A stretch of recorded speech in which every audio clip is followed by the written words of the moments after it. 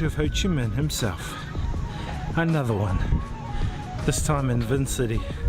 It's a pretty big one too, it's probably about 10 meters tall.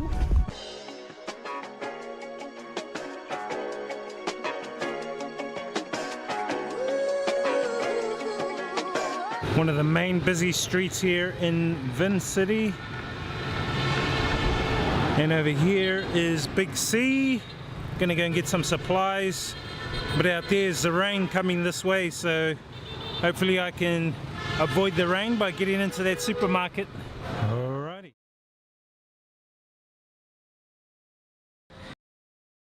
Here at Big C. Alright guys, done the shopping here.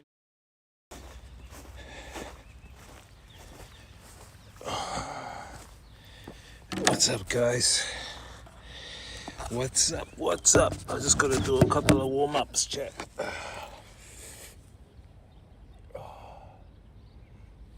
Couple of warm-ups.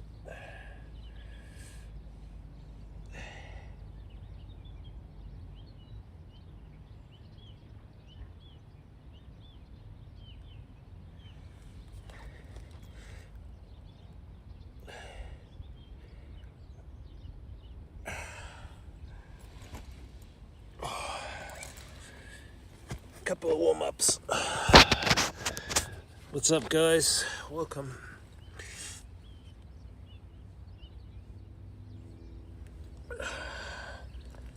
Winter vibes. Winter vibes here in the city.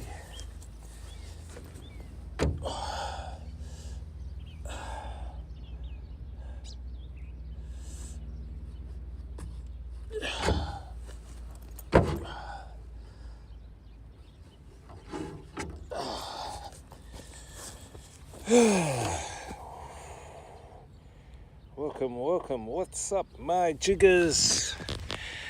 Welcome to the stream. We're just gonna go for a walk, chat. I'll show you one of my walking routes.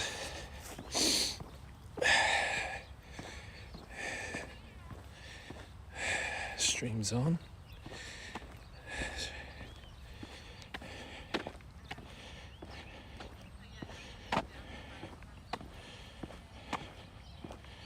Yep, stream's on. Platform's on.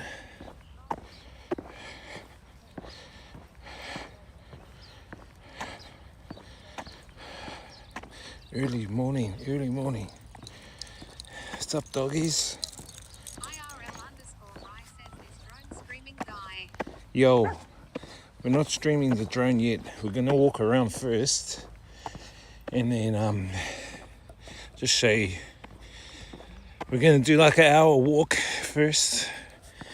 We're just walking along a stream here, a little stream.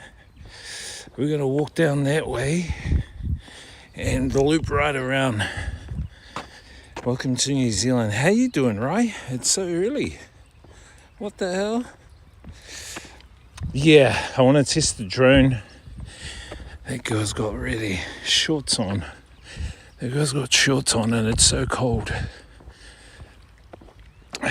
So we'll loop back to here and we'll come back and throw the drone up.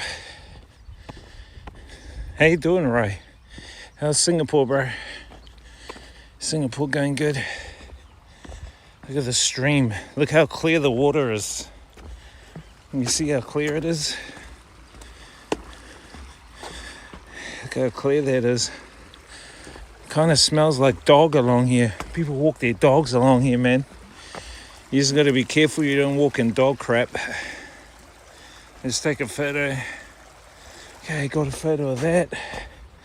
Let's get a photo of this one. Yep, got a photo of that one as well.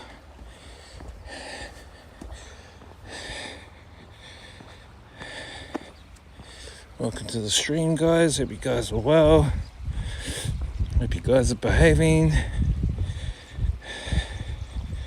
We are on red team, purple team, green team. Team.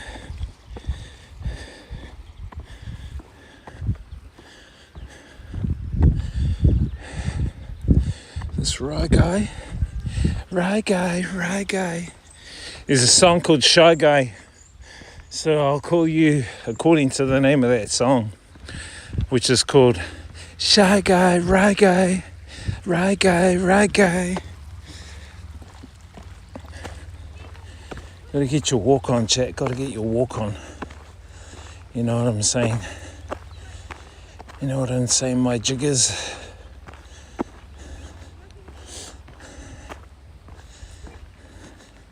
I think the river water came up here and dirtied up here. There's a few dogs here. Oh, please don't shake near me, dog. IRL_Rye says that makes sense. How you doing? How you doing, Roy? What's good in the hood?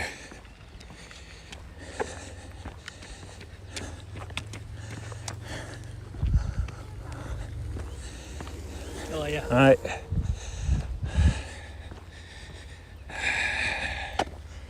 Beating the feet. I just did my stretch. IRL_Rye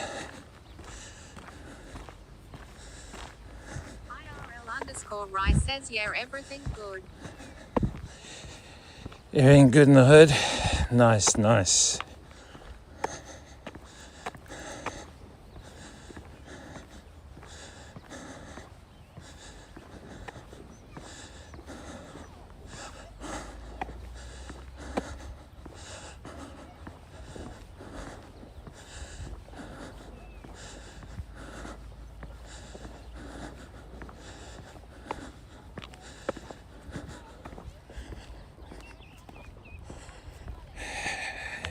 When did you last stream, bro? When did you last stream? Been streaming? Go with here, man. What's the time? 12:30.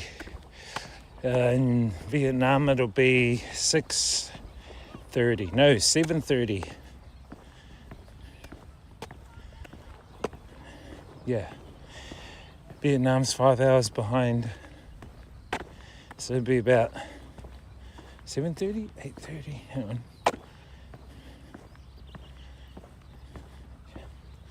5 hours.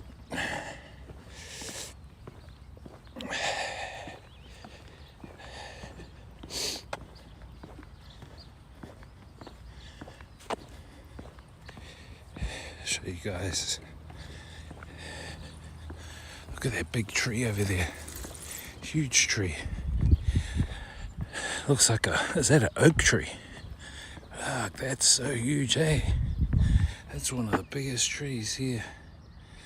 It's so tall, probably about 30 meters tall. Looks like a huge, what do they call that? Neurolinks. Brain. Links of your brain. What do they call that? Pathways. Neurological pathways. Branches. Look at that. Look at that. This guy doing good. This guy only doing good. Not doing bad. How come you're not doing bad, bro? This guy.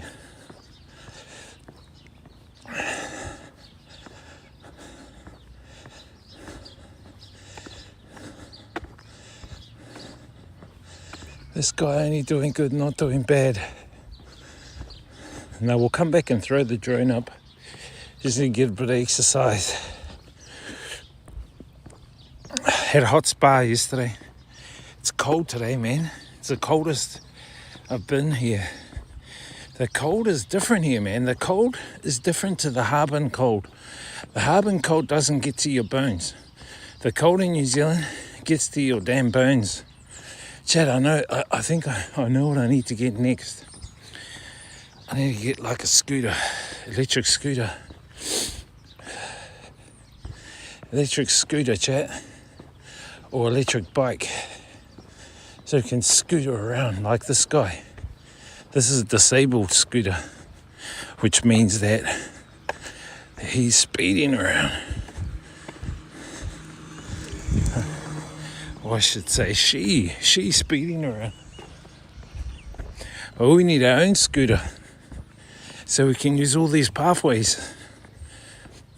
Oh, look, chat, you can see in the distance the snow on the mountains. Look at the snow out there. See all that?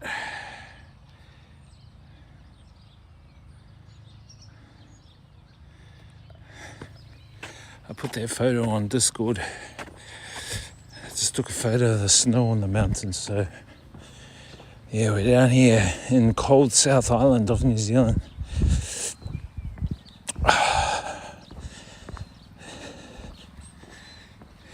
health is your wealth, guys.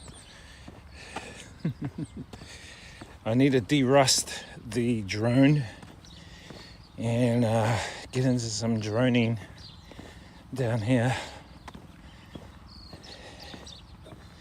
Stream the drone. Oh, I need to rip all that footage off too.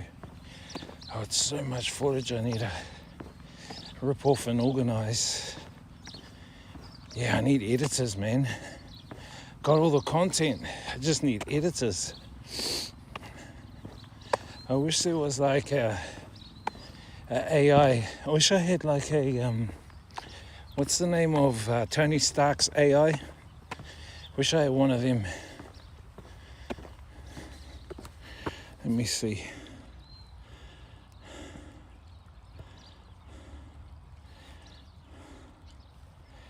What's the name of Tony Stark's AI?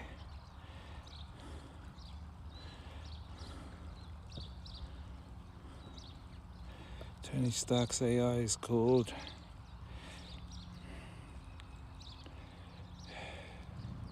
Jarvis. It's it, Jarvis. Jarvis. I need a Jarvis. A physical AI Jarvis. Or a woman version of Jarvis. So that it can be my secretary, do all my technical needs. Chad, look at this down here.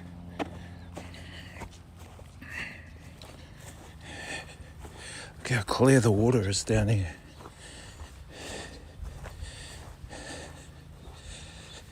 Look how clear that is. How clear that water is. You can see the bottom. You can see the pebbles. Look how clear that is. Damn clear. I need my own Jarvis. What should we call her? Javine.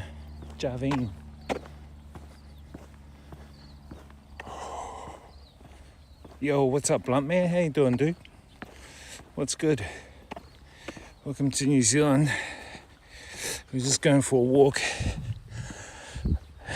Hitting the organic treadmill. I call it the organic treadmill.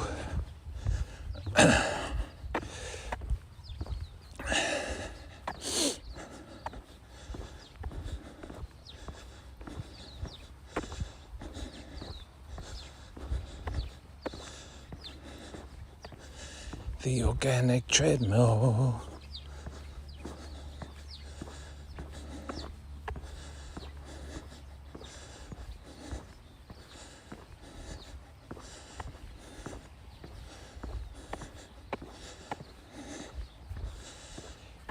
Just trying to keep on moving while walking through here and checking out the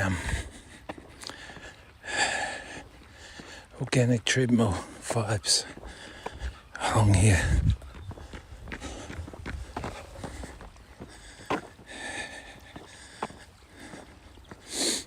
You'll find at this time of the day, you'll come across a lot of retirees. A lot of the retirees come along here and do the exercise.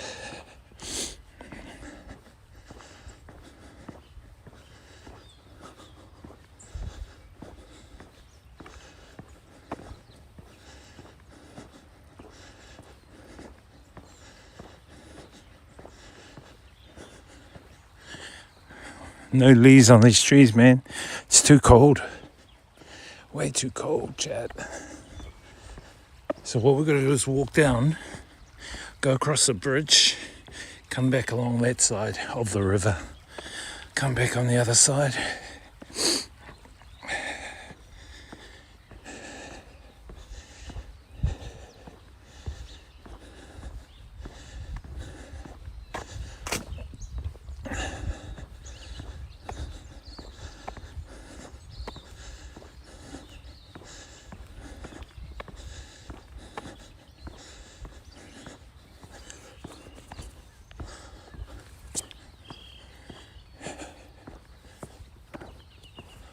See if we can spot some kiwi birds.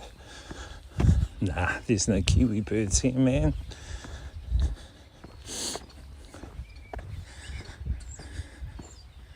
No kiwi birds here, chat. What's up, man?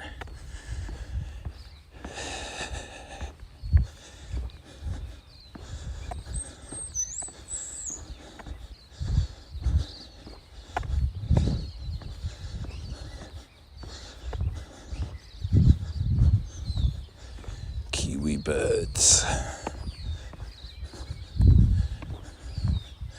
Oh, that's a better view of the mountain.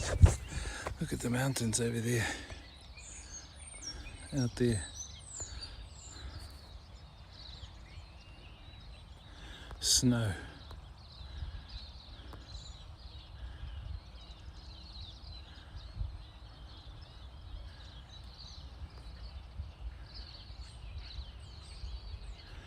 You can actually go right up. Too far.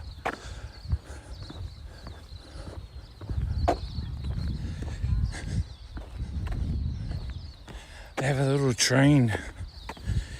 There's a train tracks.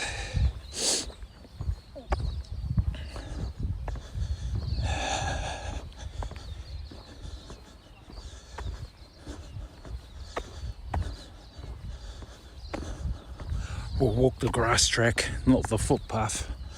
The footpath's too windy.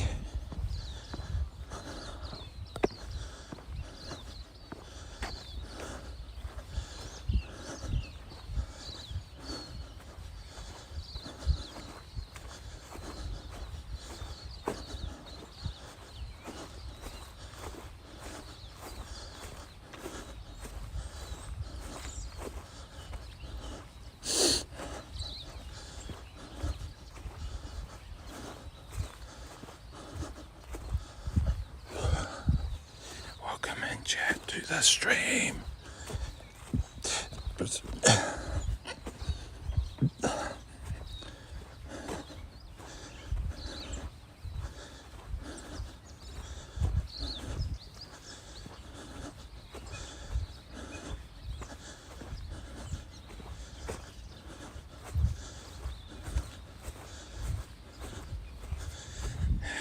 at the green grass. It's so beautiful.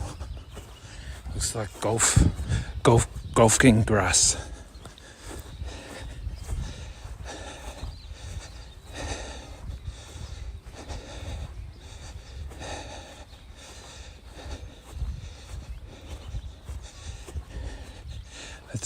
That's the new hobby.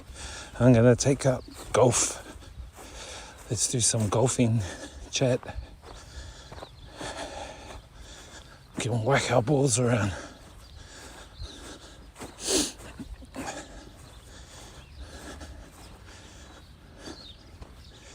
Need a bike like that guy. Get a home bike.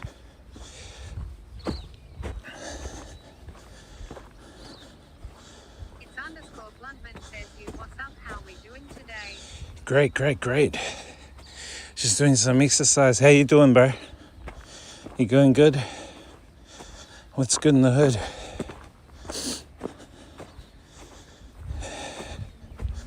Just trying to keep warm, man. It's cold down here. New Zealand cold. It's underscore Bluntman says 9 p.m. here in Chillin. You in the States, right?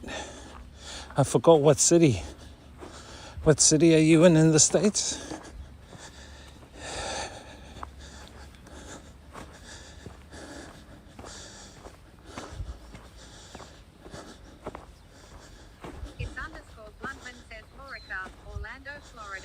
Orlando, 9 p.m. Nearly bedtime for you then. You can go to bed.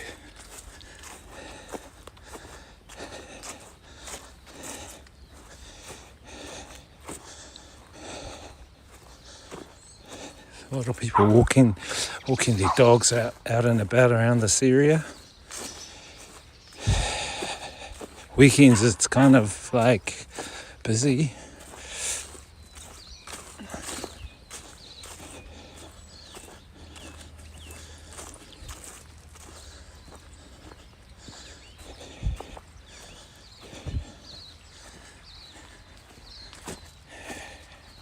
Yeah, it's going on to 1 p.m. here. So we must be 12, 13, 14, 15, about 16 hours ahead of you. If it's 9 p.m. where you are, we're about 16 hours ahead.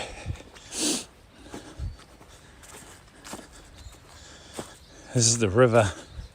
Really clear river here. Little stream. It's underscore Bluntman says, yeah, crazy time difference. Nice and clear. No fish in here yet. But they do have like trout, a lot of trout type fish in there. This town I'm in is a lot of elderly that live here. You can see a couple of the elderly over there in their scooter.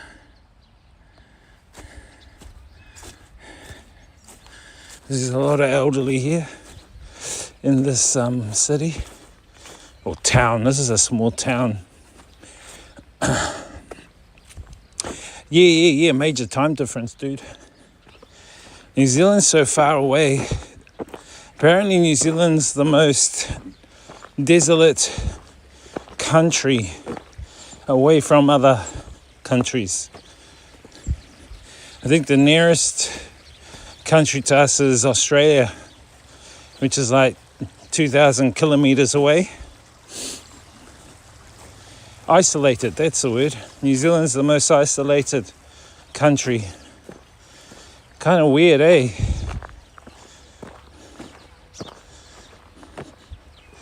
I thought Antarctica would be, well, if you're heliocentric. It's underscore Bluntman says, where are you from? Yeah, New Zealand, bro. From New Zealand. You've been on my stream for a long time and you're asking me that, this guy. I'm from Earth. Primarily from Earth. From this planet. I don't really look at individual nations as such, only when it comes to the system of the matrix. Underscore Bluntman says, I can't tell. You do travel lol. Yeah. I travel, I know. So the native country is New Zealand. But I'm a global citizen or a global being, actually multi-dimensional being, but in this reality, the next level up is global. I'd rather look at me coming from Earth, not from... Underscore Bluntman says, if you could pick one place to live, where and why? If I could give one place to live on this planet, it really depends. For me personally, obviously New Zealand. Okay, I'll put New Zealand out of the equation, okay, because that's a given. So I won't say New Zealand. Apart from New Zealand, what would be the next place that I would, is that like a recommendation?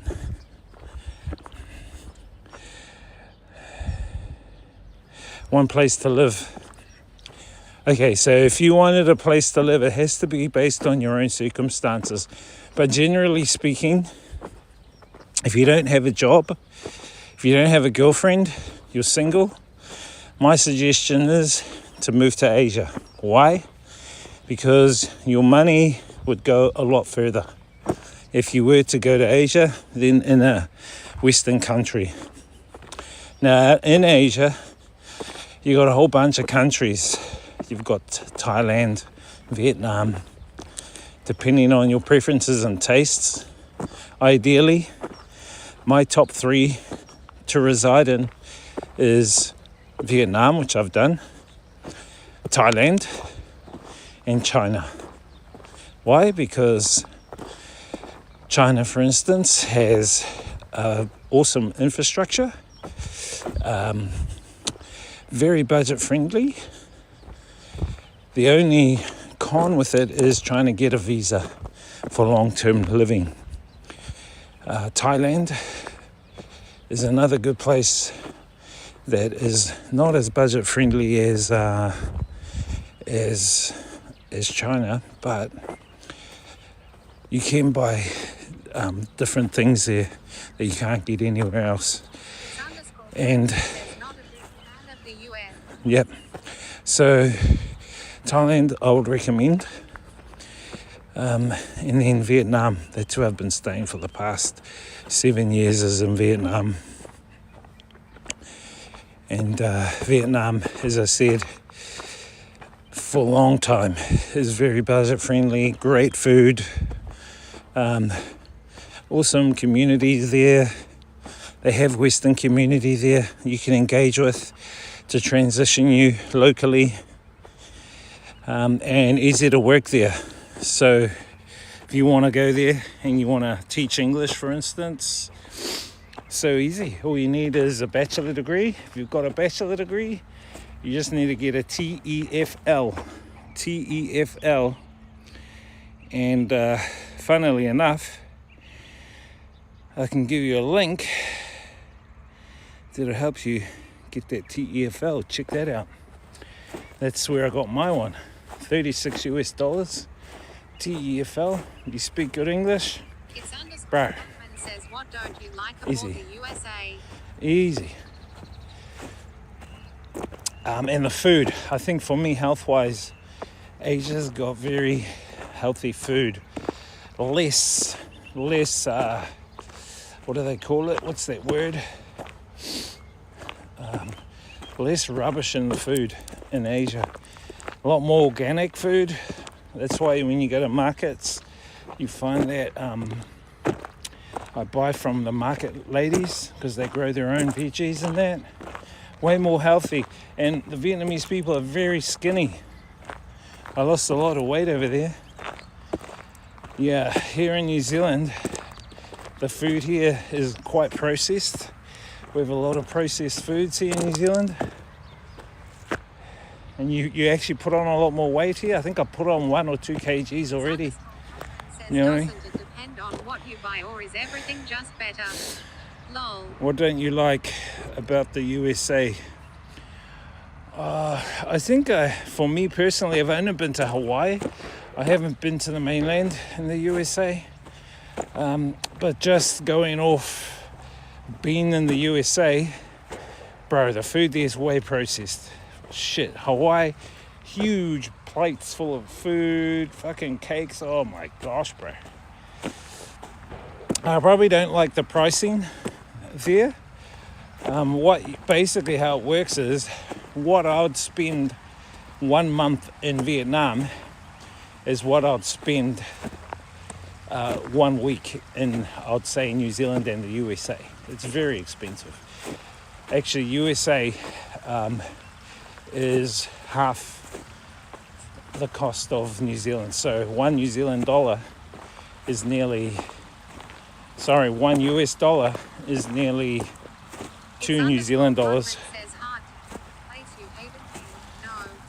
Yeah, so I've been to I've been to Hawaii, but just looking at how political the US is, the political system's a bit fucked up for me, to be honest.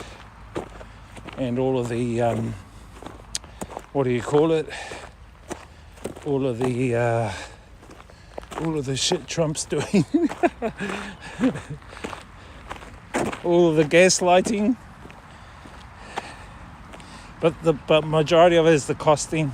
It's too expensive in the US, bro. Way too expensive. And I'd rather be in China than in the US, to be honest. There's hardly any homelessness. Says, would it be fair if I said I don't want to go to New Zealand based off of what I see online? Yeah, but I've already been, well, I haven't been to the mainland. But I'm not saying that, I'm just saying economically, for me, looking at the dollar, and the comparison, I would prefer going to China because my money would go a lot further than going to America for me, right? And the food, I've already know what the food's like in America compared to Asia. So health-wise, it's better for me to go to Asia.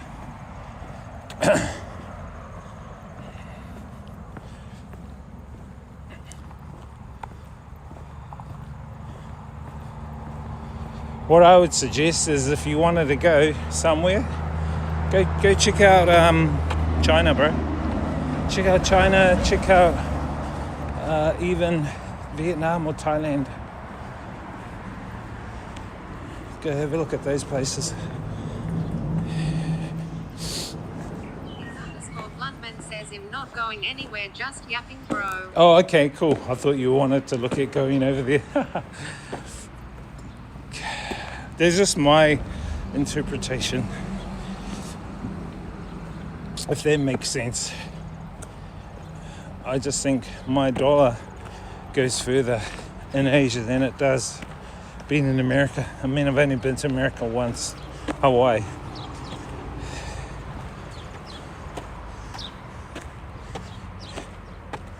Can I ask you this? Is it true that a lot of America, I mean, the Americans I've been around on travels, the American males are very loud. Is that true? Like, the majority of guys in America are quite loud and want to be heard.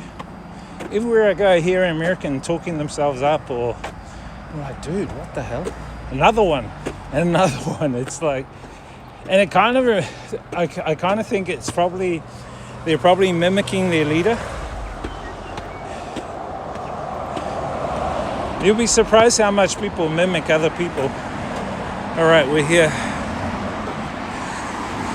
We just walked under the bridge, come up the pathway. We're gonna walk to the end, go back on the other side and go down that way.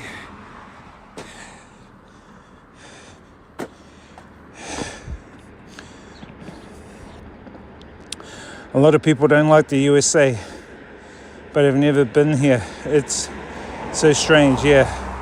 Someone in New Zealand could be loud, but we do not base the entire population based off one. Exactly, I know. But I'm being honest, it's not just one American I've come across, it's basically every American. I know that doesn't speak for all of Americans, but it's kind of resembling something.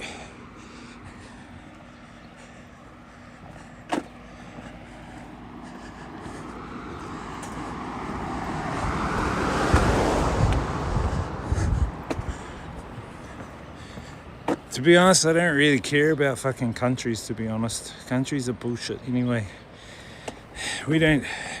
Yes, we live in countries because of the socio-economic system. But in the natural world, a bird doesn't need a passport to go from, say, fucking Vietnam to China. It doesn't need a visa in the natural world.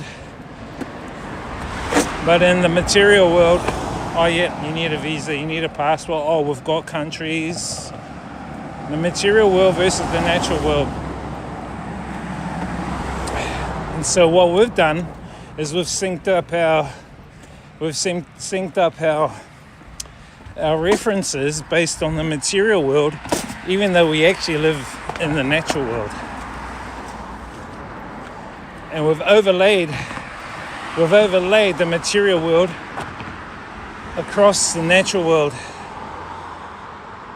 and we've referenced the material world over the natural world, even though we actually live in the natural world. So what I'm saying is we live in a fucking simulation, an illusion, an illusionary system, if that makes sense. Bluntman says you are one person. How can you speak for the world? Lol. I'm speaking from my point of view. I'm not speaking for the world. Can we fly drone through the new cat door to test its instinct? No.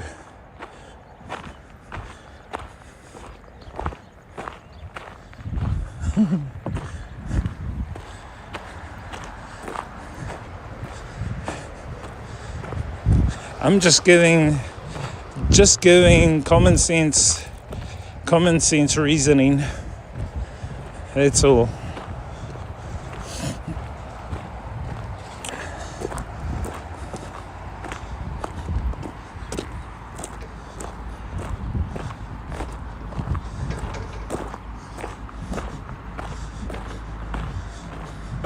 I think at the end of the day, people are at where they're at. Bluntman says, how was life for you growing up? Yeah, it was interesting. It was interesting. Got up to all sorts in the 90s and whatnot.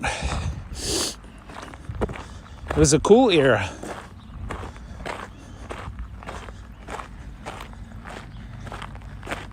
Interesting era. What about yourself? Are you a 90s kid or an 80s kid? It's Bluntman says I was born in 91. I'm a kid to you. Yeah, 91. You're younger than me.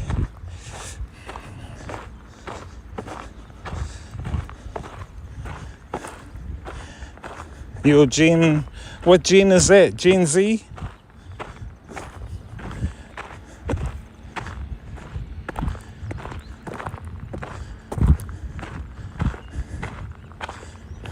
It's underscore Bluntman says IDK. Gen Z or something?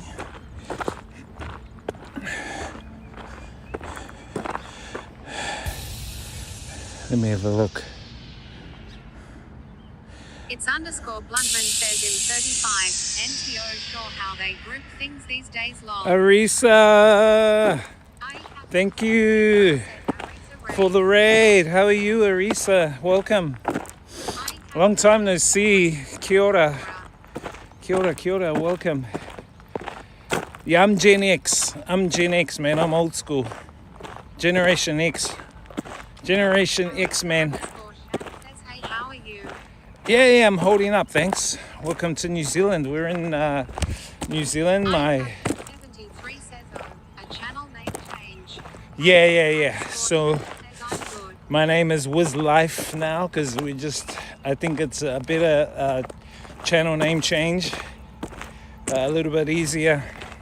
It's underscore Bluntman says, so boomers are the 80s or what? So boomers are the 80s or what?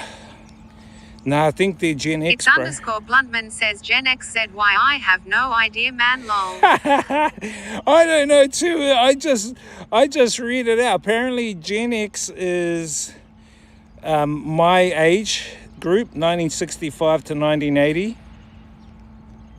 Okay. Millennials are 81 to 96. So you're a millennial. And then Gen Zs are 97 to 2012. And then Gen Alphas Arisa are underscore Shan whatever. says you're still in Vietnam. Nah, I'm in New Zealand, man. This is my It's underscore Bluntman country, New says Zealand. who would be Gen X 30 years ago. Lol. Yeah, Generation X, bro. I'm from the Generation X men. This is New Zealand. I'm back in New Zealand, not Vietnam. I just come back for a few weeks just to reset. Back to Asia maybe in the next month. Another 4 weeks, I think. We'll see how it goes. I haven't really booked anything. My timetable is open book. I'm open book at the moment. Anyway, welcome guys. My name is Wiz Life, formerly DJ Wiz NZ. I do IRL streaming on this channel. Sometimes the odd DJ stream. But check out the QR code, top right. If you want to check out all the socials there's a few gifts there too. A few of my mixes you can download and insert into your devices. IRL_Rye says I only know Degeneration X. Degeneration. 73 says I'm waiting for my boss to approve September, October leave for Thailand. Yeah, It's __ cool. Bluntman says I watched some of your DJ videos. Do you just play what you like?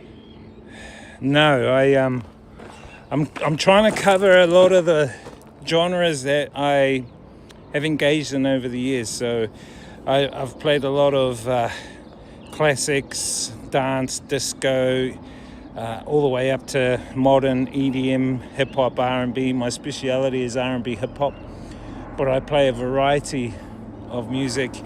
I need to do some rock, soft rock, hard rock videos as well. So I do all sorts. My speciality is weddings. So weddings, you play everything. You know what I mean? I love playing weddings because you play. You can play. It's a wide variety of music. Wild.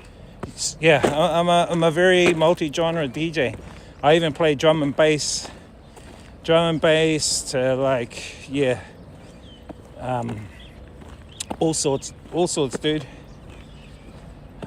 But my speciality is R&B hip hop. I'm not a specific one genre DJ. I'm old school, man. I was brought up multi-genre. Hold up, chat.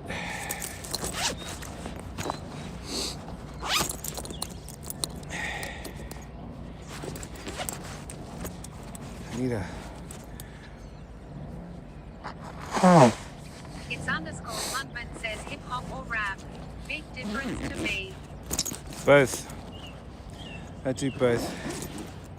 I do all of it. Everything. I play. I mean, you can see on my music channel, my YouTube music channel. Arisa, where are you now? Thank you for the raid. Hope you had a good stream today, Arisa. Much love. Go check out the DJ Wiz music channel over there. Thank you, Captain. You're waiting for your boss to approve September to go to Thailand. Well, I hope you enjoy Thailand, dude. I hope you enjoy Thailand, my man. Did we do a shout out to you, Arisa? No, we didn't. Let's do a shout out to you.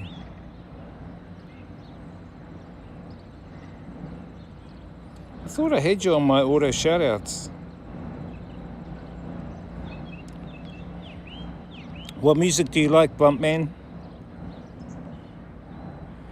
Captain 73 says will be Thailand trip number 18, so yeah, I do enjoy it. Oh, nice. Yeah, I've been to Thailand a million times as well. Go check out Arisa's channel, guys. She's a streamer from Myanmar, Burma, from the Shan area in Burma. She was staying up in Chiang Mai and Thailand for a bit there. We scheduled a meet up, but we couldn't actually meet up. But I think she's in America now. Last time I think she was saying. But I hope she's doing well. I hope you had a good stream as well, Arisa. Good to see you back on streaming again as well. Anyway, guys, we're back here in New Zealand. And yeah, we're just gonna finish our walk, probably another 20 minutes. I'll throw up the drone and give you a look at this town, my town. This is not my hometown, but this is my in Māori, because I'm Māori. It's _Bluntman says I like the most random shit. If it sounds good, I like it. Yeah, bro. I usually play kind of some really out of it stuff. But you know, when you're in clubs, the owner likes, oh, you need to play specific music for this target group. So I've got to play based on the target group of the venue I'm playing at, which is why I kind of moved away from clubs and that now, and I just like do my own DJ streams, and I want to get into my own tours and my own shows. For instance, let's say Tupac's anniversary is coming up. I want to do a Tupac tour, play at different venues, and do like a what do you call it, to remember Tupac, you know, Fallen Angels type event. I want to get into doing stuff like that, so I choose what to do, you know. I think that would be really cool. I've been doing some DJing in China, Thailand, Vietnam, Australia. I've done some in Europe. I haven't DJed in the islands in Thailand because they're really strict in Thailand now with DJs. What was that? Tupac has a huge body of work. Yeah, he's got a huge body of work, bro. The beer in Thailand as well. Yeah, the beer in Thailand, man. Yeah, Tupac has got a lot of work, you know. But here's the thing that's coming up right now, which is very, very controversial right now. That is the creative aspects using artificial intelligence, AI. Now, there's a guy in Australia, and he's got Madonna's song. What's that Madonna song? Is it Like a Prayer? I think it's Like a Prayer. Anyway, he's taken that sample and he's used AI. All Eyes on Me is my fave album. That's my favorite too. Captain 73 says Like a Prayer. Yeah. So he's taken that song. Bluntman says not a big fan of Tupac. Yeah. So he's taken that song and he's made a hip hop. He's made his own version of Like a Prayer, right? And it's in the top 5 in Australia now. And people are buying his song. I think he's number, I don't know, something on Spotify or whatever. And he, you know, and people are going, oh, that's fucking AI. How can you be using AI? And so I don't know. What do you guys think about the use of AI for making music? I've also got friends who are starting to make their DJs. I won't name them, but they're starting to make their own songs as well. It's _Bluntman says who makes the money off his music rights. I think the rights go back to the recording company, to Madonna's. So she'll get some of the rights or the money because you're using that sample. So now it's a time where, you know, you can easily produce fucking videos. You've seen all the video. I can tell AI videos now. I'm an AI fucking prompter and programmer myself. So I can see, oh, that's fucking AI. But it's getting really good now. AI is getting really, really good now. It's becoming so real. It's You know what I mean? Says he's been dead since 96. Shook sold Death Row to Snoop Dogg, I believe. Yeah. And so what I'm saying is, what do we do about it? What do we do about the AI use? The AI use to create resampled songs. What do you do about that shit? You know what I mean?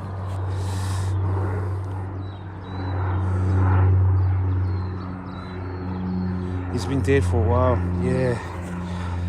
But some people say he's not dead. He just faked his death to avoid the cabal. Because, you know, he was part of the, what was that movement his parents were involved in, Black Panthers?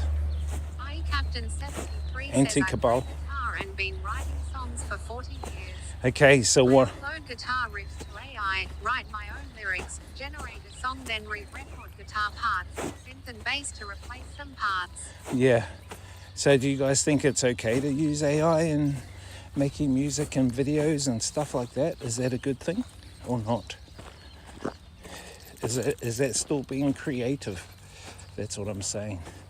And if you're using other people's like works, like samples and that, how does that, how do you feel about that? I guess there are artists like yourself, Captain, where you creating your own music, right? As you're saying.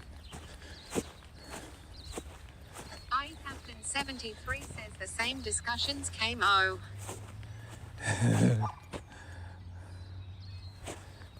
The same. Captain 73 says when samples came in.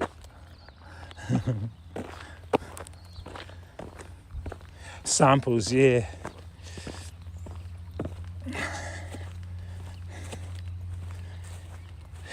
Yeah, I'm just a DJ, man.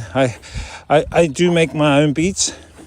Most of the time, I just. Bloodman says a lot of music is based off of old samples and SHJT. Well, Must be beneficial to do your own thing beat-wise. Yeah, but it's why am I hearing a lot of the samples that have been used in the 70s, 80s, and 90s?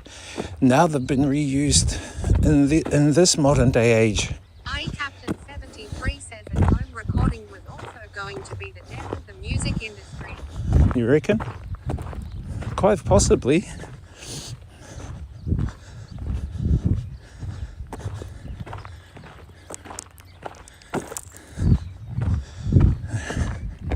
Because that's what what's his name wanted to do. Kim.com created Mega, and he was using that platform for bands like Black Eyed Peas to upload their content, and then Black Eyed Peas could directly go to the consumer. You know what I mean? Says in the 1990s, that was the discussion. Yeah. But then now he's in that big fiasco, and he's going to be extradited, apparently.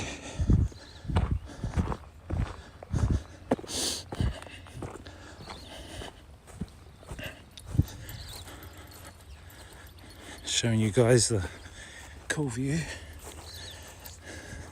Let's have a look up here. I'll show you guys this this vineyard. So my town has lots and lots of vines, grapevines. Look at all that. It's winter now, so these grapevines are not good.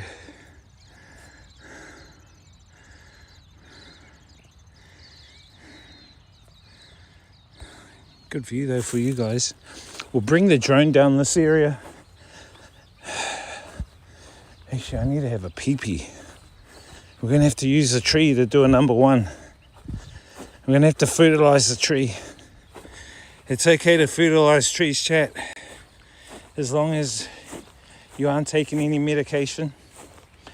Preferably, it's better to do number ones on citrus trees. Says you need a horse to get around you, man. You need to do number ones on citrus trees like oranges, lemons.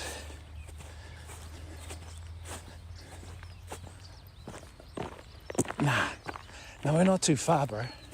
We're like 10, 15 minutes away. Down that way.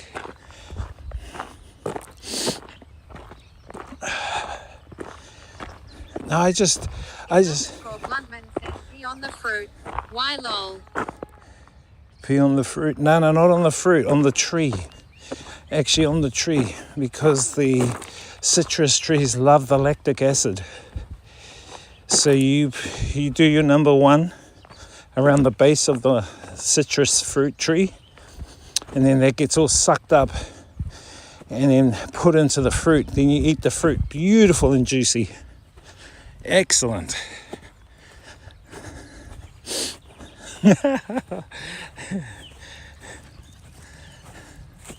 It's like in Vietnam, chat. In Vietnam, they got this plank, and it goes over a pond. It's inside the pond. That's a new one for me. Wild. No, it's true. I was in Vietnam back in the day. I think 2016 when I was down in the south in a town in Vietnam called Can Tho. And what they do is like, they have a plank and it goes across the pond. And what they do is they walk on the plank and they crouch. And then they do a number 2, right? They do a number 2 in the pond, and all the fish eat the number 2. And then they say that 2 weeks later, you get the fish. You harvest the fish, and they reckon the fish is beautiful, tasting beautiful. No lies, chat, no lies. I'm telling you the truth. Okay, we need to do a number 1. No one's looking.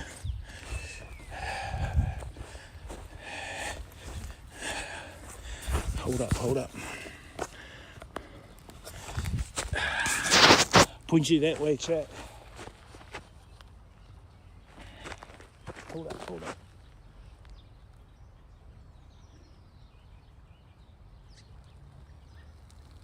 Can you hear that? Oh, it's so good. Yes. Oh shit, there's a girl. Hi. I'm just watering the tree.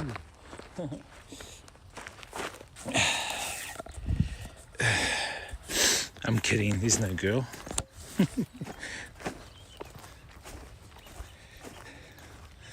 It's true though, it's true. It's like in Kanta they have a plank and it goes over a pond. And then they squat on the end of the plank. Because squatting in Asia is way better if you're like sitting on a toilet. That's why they have squat toilets. It's better when you squat because it all comes out more better out of your, colon and whatever. And so what they do is they number 2 into the pond. The fish eat the number 2. They love it apparently. And then you eat the fish a couple of weeks later and it's beautiful. Says, tell that to my back. What do you mean? Tell what to your back?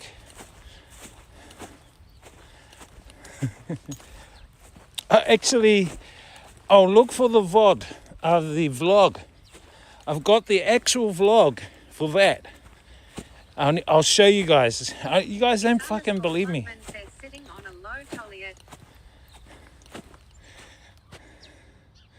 Sitting on other... Yeah, squat toilets. Dude, you haven't seen my streams? I was over in China, dude. We're up in Harbin. I was showing you guys all the squat toilets. I was in India like 4 weeks ago, and we caught the train from Assam, Guwahati, to Himachal Pradesh. And I showed you guys the fucking squat toilet, and it had... That's on this train. Chat, the train, the squat toilet, right? And there were like cockroaches walking around the base of the squat toilet, and there were flies, and it was like a real bad stench in that squat toilet. It's like disgusting. If you guys ever gonna take a train in India, I would only recommend if you're like a veteran traveler. If you're a like rookie traveler, it's gonna fuck you up mentally, telling you now. I've been traveling for ages and it nearly fucked me up seeing that shit, you know what I mean?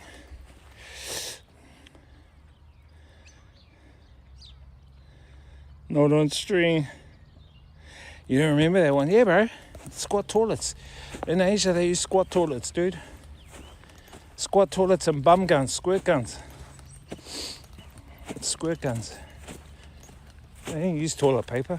It's _Bloodman says I'll never go to India. Beer Goggle says especially don't have a curry and then get on a train. Beer Goggle, what's up? Yeah, that's why when I was on the train, okay, the food to eat, the better food to eat on a train for a long period of time is rice. Why? Because you just pee it out. That's easy to process through the liver and that. Don't get curry. You'll be doing number 2s all the time. Hi. You know what I'm saying, guys? There's one lady over there. Yeah, don't have curry, man. You don't want to do number 2s. there was like one dude on the train I was on, and he was like pretty healthy guy, and he goes, oh, I don't eat curries because it'll make me do number 2, and I don't want to do number 2 on this train. I said, I know. I said, that fucking squat toilet is disgusting. Chat, I'm seriously telling you, there were bugs walking around the base of the squat toilet, flies going in and out, and it's like, it was disgusting. It was like fucking disgusting. India is for extreme travelers. If you're not an extreme traveler, you're gonna have nightmares. Seriously. If you're not a veteran or extreme traveler, you're gonna have nightmares. India is for the extreme traveler. It's gonna fuck you up. India's gonna fuck you up, chat.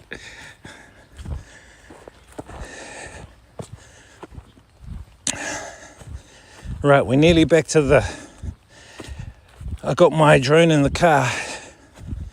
We'll go back, set up, and I'll fly the drone. I think I can have a couple of snacks now that I've done my walk.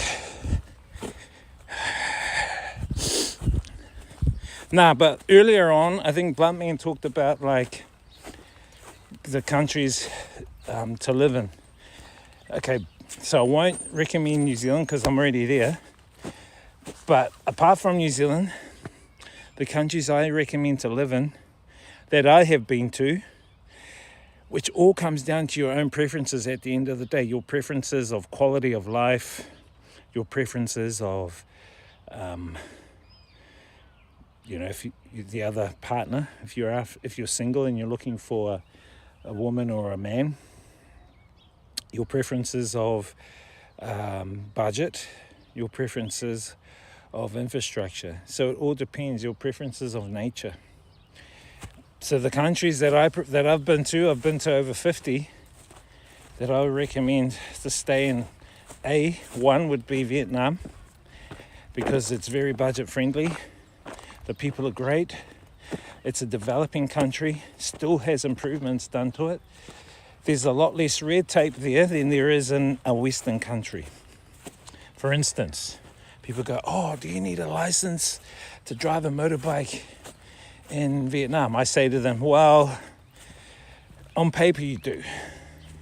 But I said, when you're fucking out there, you get stopped by a cop for doing some silly shit, just give him $5 or $10, sweet ass.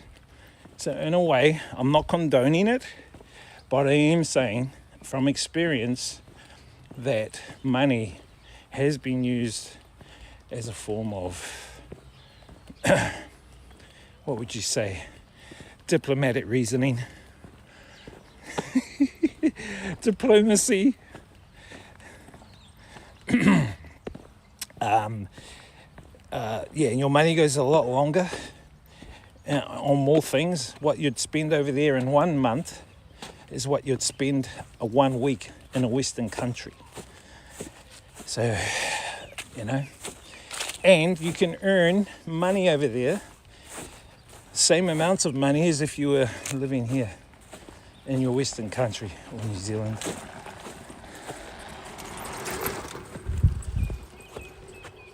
Damn, she's fast on that bike. Look how beautiful that is, chat.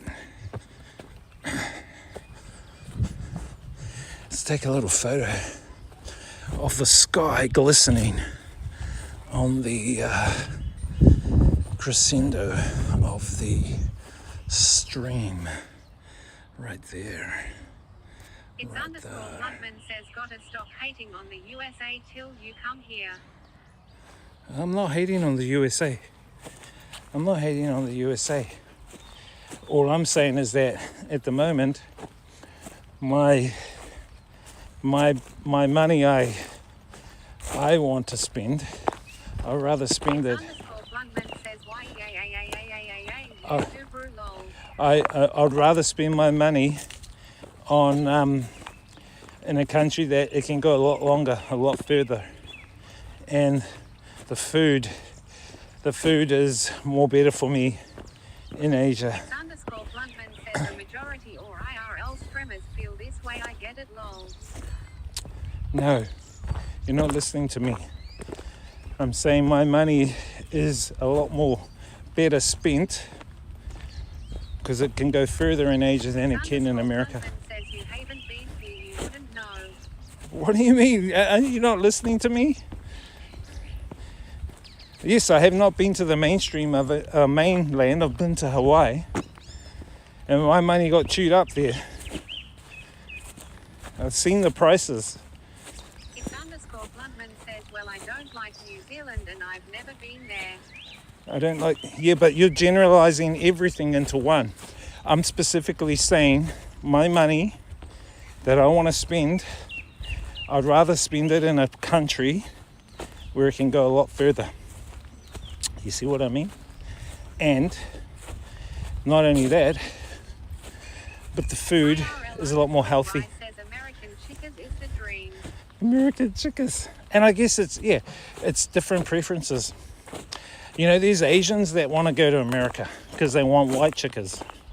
It's _Bluntman says lots of people make US dollars and go elsewhere. It's normal.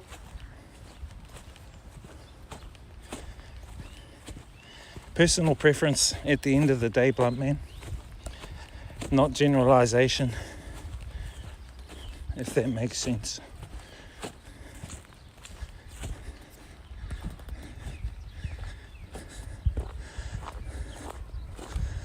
It's _Bluntman says 5 chaos makes you a millionaire in Thailand. I mean, yay, why not, lol.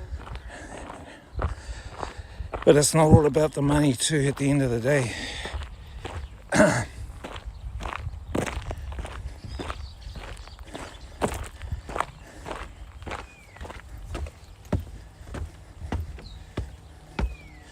As I said, it's about health as well. Your health is your wealth.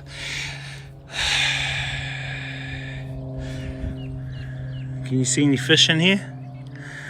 Any fish?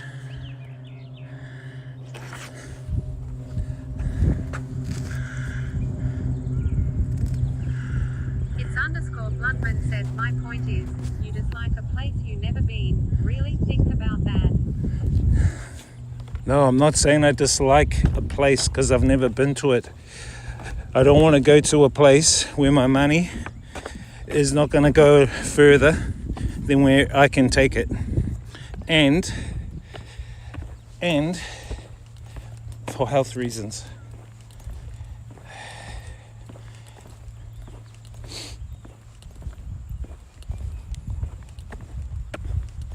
You sound very patriotic. Hey, albeit. Most people are patriotic. Look at the big football game they had recently.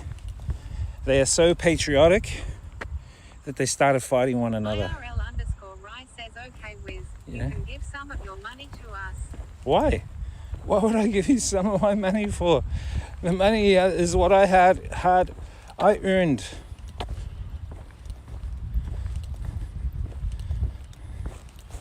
And I'm happy where I am.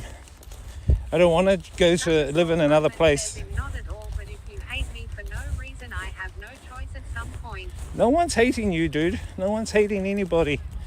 It's all love here. But at this time, I'm happy where I am. I'm happy in Asia. I'm happy in New Zealand. I will visit the mainland sometime. The mainland of America I will visit just for travel. But I'm happy living here in New Zealand at the moment. It's _Bluntman says, Wester count tires, Wester this, Western that, like I get it, man, lol. So what we'll do is we'll set up down here the drone. We'll set the drone, maybe actually on that seat. There's a seat right there.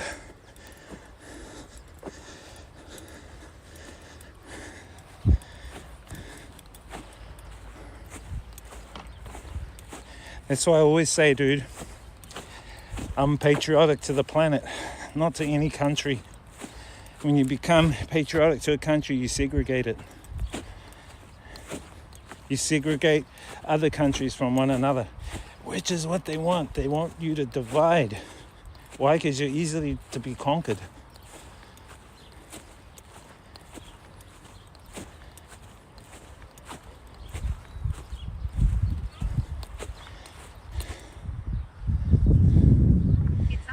We share the same sun. We share the same sun.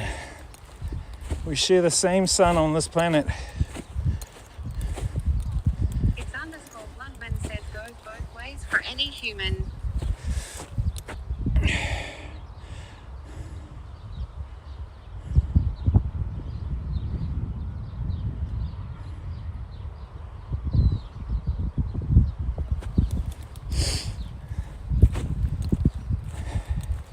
I'm from the planet. That's where I'm from. I've always said that in my streams. Primarily, yes, natively born in New Zealand. But as I said, spiritually, my patrioticness is to the planet and everyone on it, not just one country or this country or that country, which is what's been played to people throughout history to keep people divided.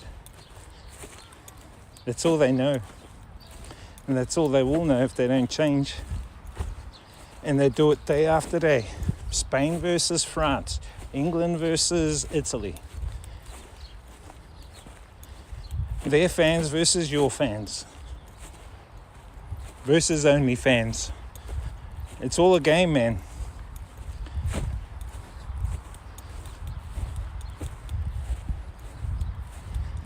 And it's all locked around capitalism. You'll be surprised how much capitalism directs and controls your life and your thinking. All right, back at the truck.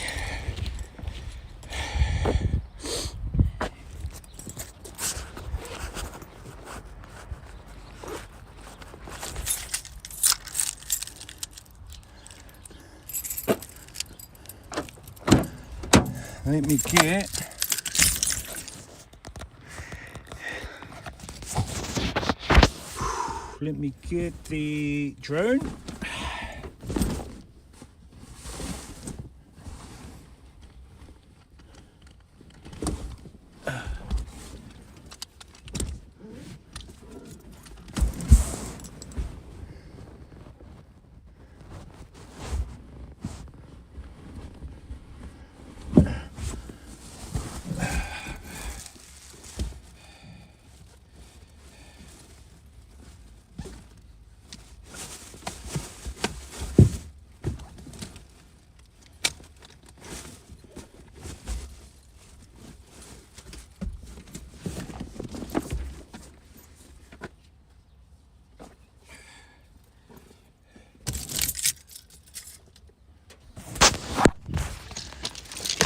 And for a moment, if you guys think wars are a good thing, you're part of the problem, not the fucking solution.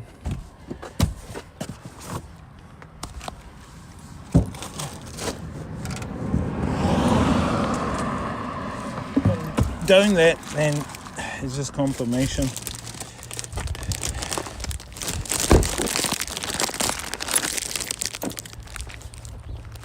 Anyway, let's go to the seat over here. Throw the drone up.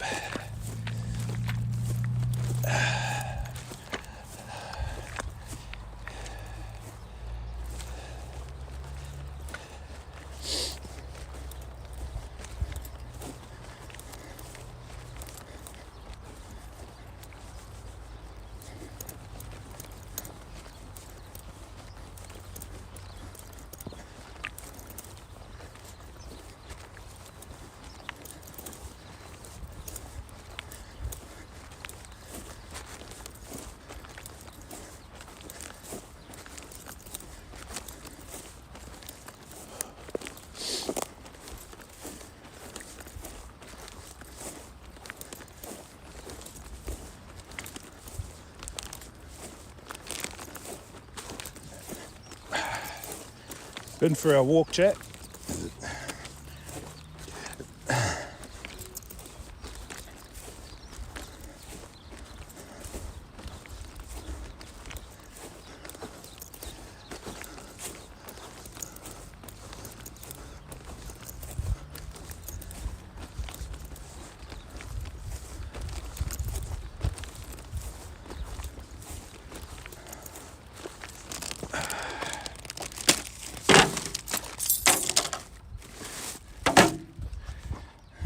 Nothing personal, nothing personal. Alright, so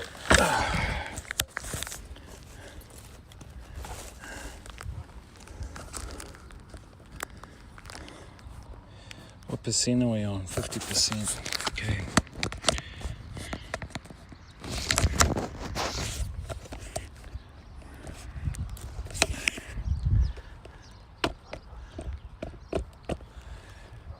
%.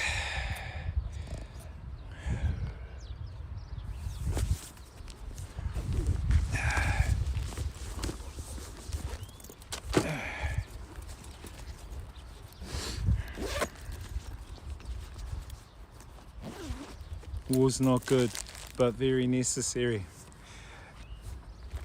Is it little for drone? Is it time for drone? Yeah.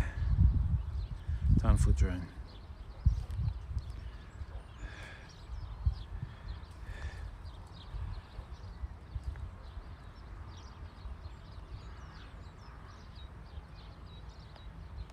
Become a public figure and get into politics.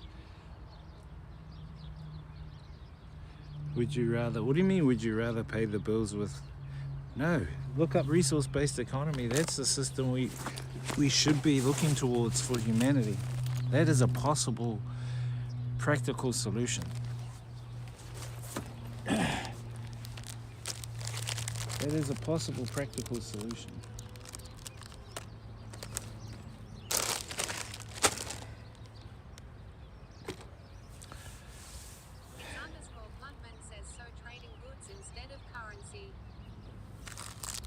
No trading at all. Access abundance. So resource-based economy is like this. It's a world where you don't need money, you don't need to barter. There is no exchange.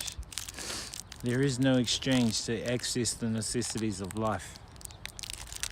All resources become the common heritage of all the world's people, beyond borders, beyond passports, beyond visas.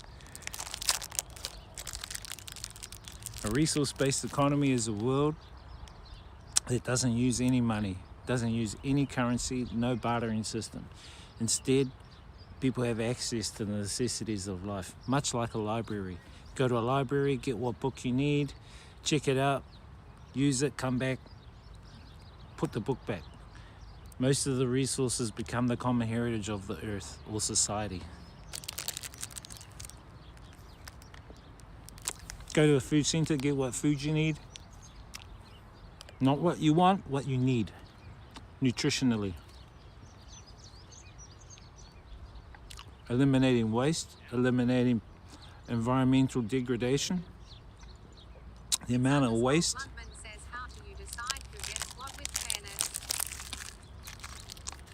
What do you mean? How do you decide who gets what with fairness? It's not based on who gets what in fairness. It's what. Says, so do you? We all live in the same size home. No. It's Bluntman says have the same amount of cars.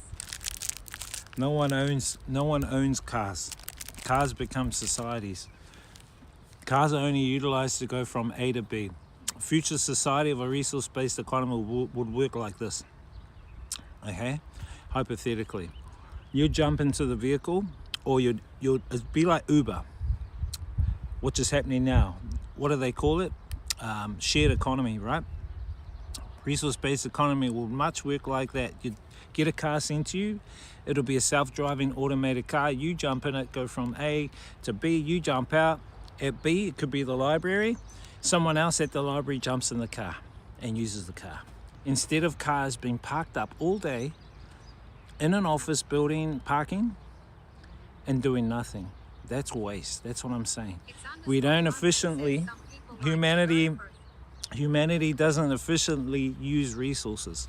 We inefficiently use resources.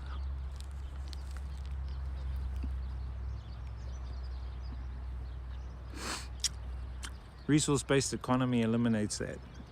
It eliminates the need for artificial scarcity. Things like a supermarket. Why do we have starving people, hungry people? Yet we've got supermarkets laden with food, right? That's artificial scarcity. Destroying diamonds so the price of diamonds stays up. That's artificial scarcity. The other element is competition. Ruthless competition, which is less productive than collaboration. You can look up the works of Alfie Coyne. He talks about how collaboration is more meaningful than competition. The other thing is self-interest. Self-interest needs to become social interest. And along with that, you've got technological unemployment, which is happening now. The loss of people's jobs to AI, to automation, and it's going to ramp up to the point people are not going to have enough money to purchase, for purchasing power. Now, the only ones that will benefit in a capitalistic system that we still have, with all those elements still in there, are the ones at the top of the pyramid.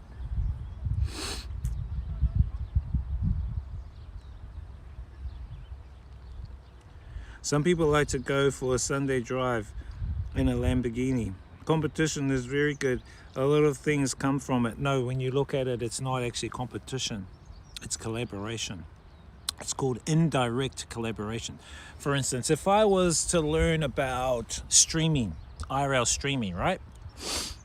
I'd go on YouTube, right? Now people would think, oh, that other creator, he created that, he's competing with you. I'm going, well, no. That is indirect collaboration. What he's doing is he's creating content. You're going on there and you're utilizing that content. That's collaboration. But people don't look at it in the capitalist system as collaboration, even though it is collaboration. Look at the scientific works of Alfie Coyne. What about work ethic? If I work 100 hours a week, why should the guy who does nothing have the same? So work in a resource-based economy will be eliminated. You won't need to work in a resource-based economy.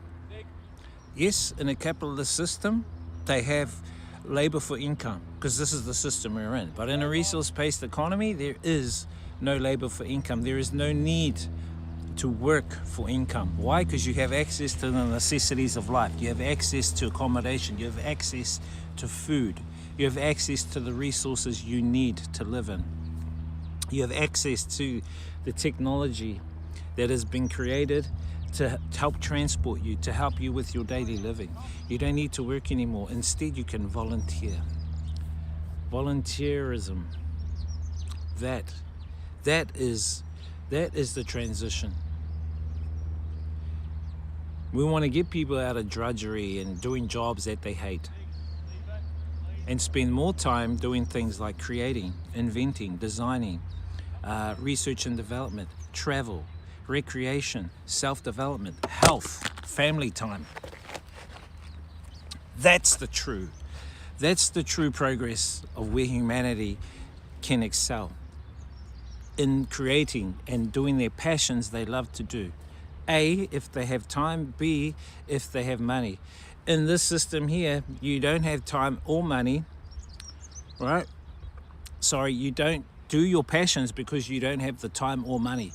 You have to try and work your ass off, right, to free yourself, to give you time, and B, to give you money. Then you can do your passions. Then you can travel. Then you can express your uniqueness. It's backwards. The system is backwards that way. In a resource-based economy, if you look up Maslow's hierarchical pyramid has got 5 layers. The 2 bottom layers are survival mode. Necessities of life, eating, food, health. The top 3 levels are things like self-actualization, creating, family time. What a resource-based economy does is it eliminates the 2 bottom levels. So you're not in survival mode anymore. The majority of humanity is stuck in survival mode. Resource-based economy eliminates survival mode.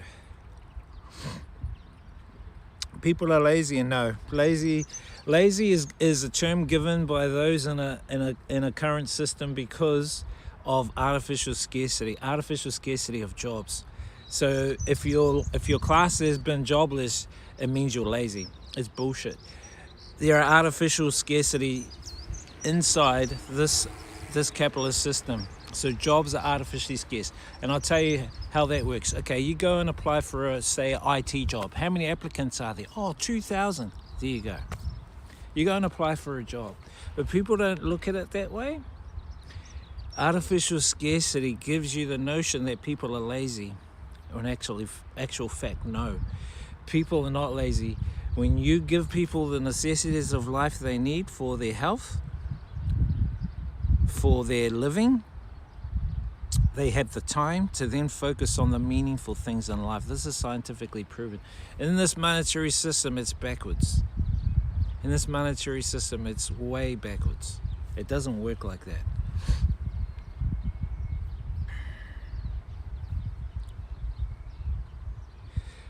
I told you, new incentives arise when you take the element of work away, because people have not known a system like a resource-based economy. People have not known to look at new incentives. And the new incentives that I say, because you now have creative outlook, it's called creative outlook, are inventing, creating, designing, travel, family time, recreation, self-development, meaning working on your health, exploring, art, doing your passions you love to do. Let me put it to you this way. What do you love doing in your spare time? It could be tinkering with technology. It could be creating a robot. It could be, I don't know, whatever. Your passions. Do your passions. That's the whole goal of resource-based economy, to free people from drudgery, doing 9 to 5 meaningless jobs, standing as a security guard outside a bank for what? That's not living life. That's just existing.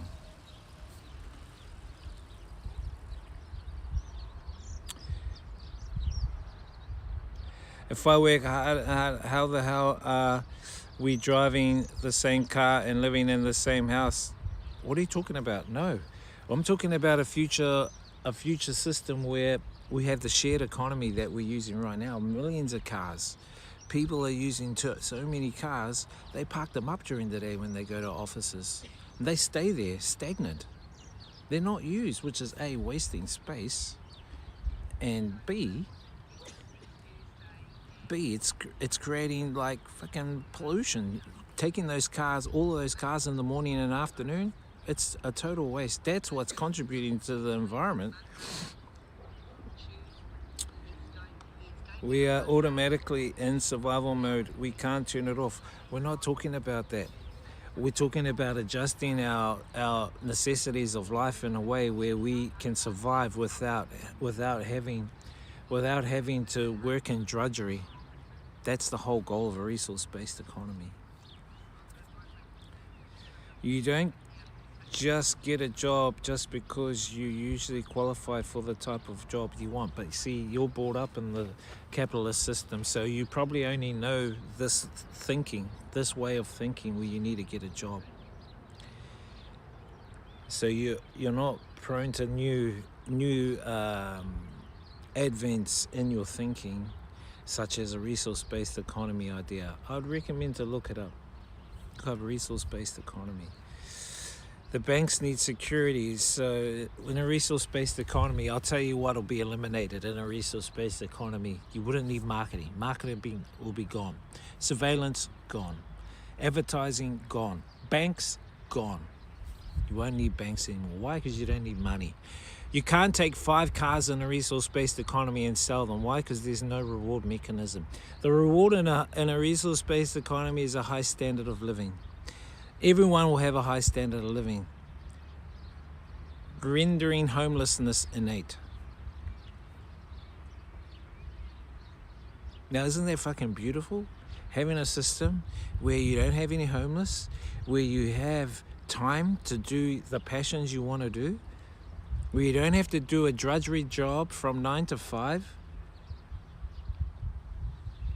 where the majority of jobs will be utilized by our technology that we create, where we can volunteer on a revolving basis.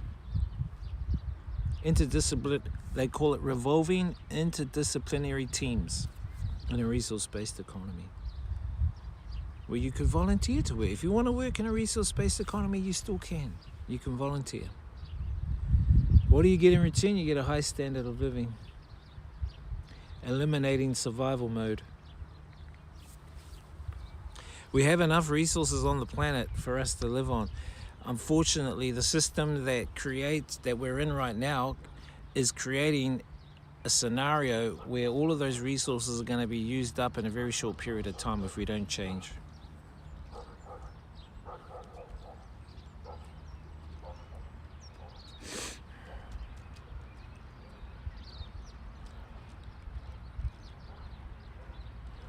Who's going to kill skin and clean the animals for us to eat? Is that not work? Yes, that is. That's voluntary. You can volunteer to do those things. The resources cost manpower and labor. Yeah, so there's a transition point from where we are right now to getting to a resource-based economy. That's going to be the hard part. How do we get from where we are to that? I don't have the answer for that. All I have, and a million other people who are advocating a resource-based economy direction, is the idea, which is based on actual practical living from the Pacific Island people, which have been now modernized by Jacques Fresco, the creator of the Venus Project. So look up Venus Project, resource-based economy. Yes, in a capitalist system, I'm saying that, yes, I agree. In a capitalist system, everything has a cost. Nothing is free. Well, I would say fresh air is free. Sunlight's free.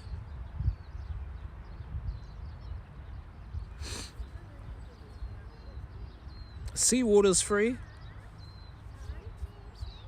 Depends on your perspective, blunt man. How you vision and see things. I see things different. But look at resource-based economy.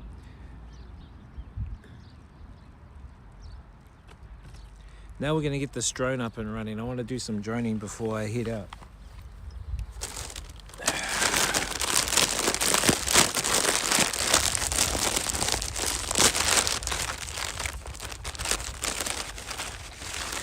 Same, I see it for the way it is.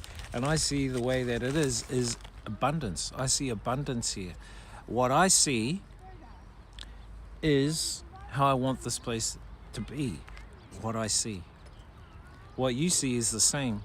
It's a perspective thing.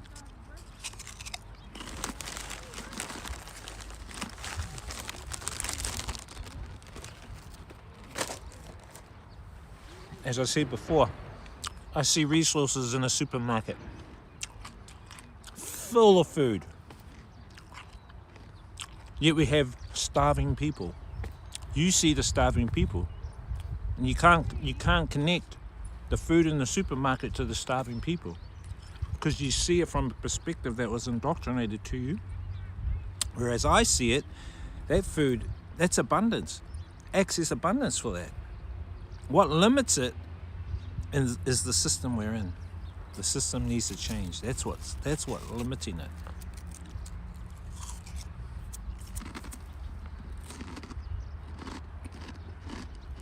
In a capitalist system, the resources are going to run dry. In a resource-based economy, alternatives will be looked at. Just put it to you this way. Resource-based economy, you've got collaboration, you've got open source, you've got access abundance. On the other side, you've got this capitalist system, artificial scarcity, competition, self-interest, patents and trademarks, restrictions. Now, let's say in a resource-based economy, you had Samsung and Apple combined to make the best phone of the time. That would eliminate all the waste of phones that both companies would create in a capitalist system. That is the difference. It's called euphorism. Look up the word euphorism. using little to create more.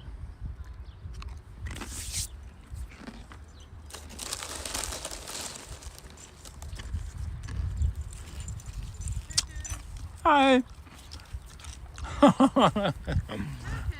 He's hungry. No, don't feed him. Come here. Don't shake, please. Cheeky bugger. I love the a You chip. got chips. No, don't feed him because then he gets in the habit of Okay, visiting people. But thank you. cute. Cheeky, eh? He would have heard the crunch. He did. Look up euphemism, using little for more. Collaboration is way better than competition, as I said.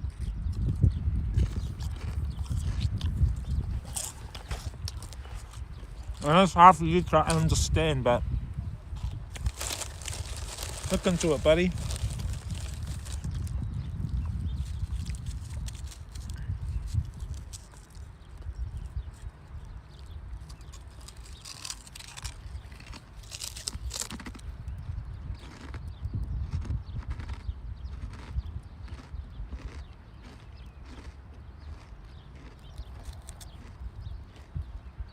No.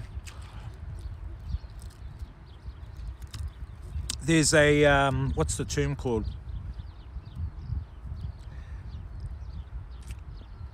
See, all you can see is the action, the result of the action. You can't see how the process led up to that action.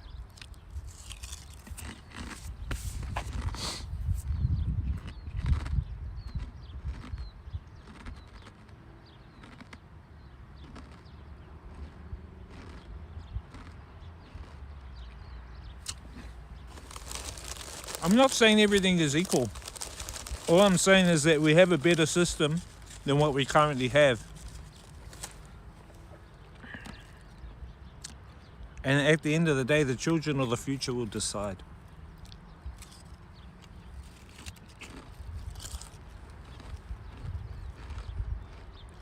At the end of the day, the children of the future will decide.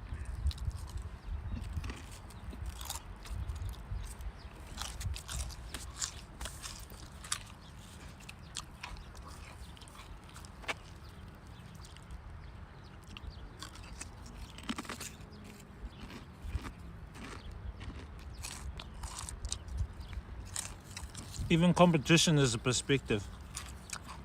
I gave you that example before.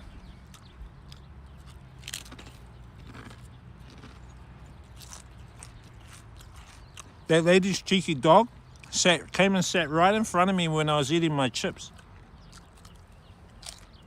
What a cheeky dog!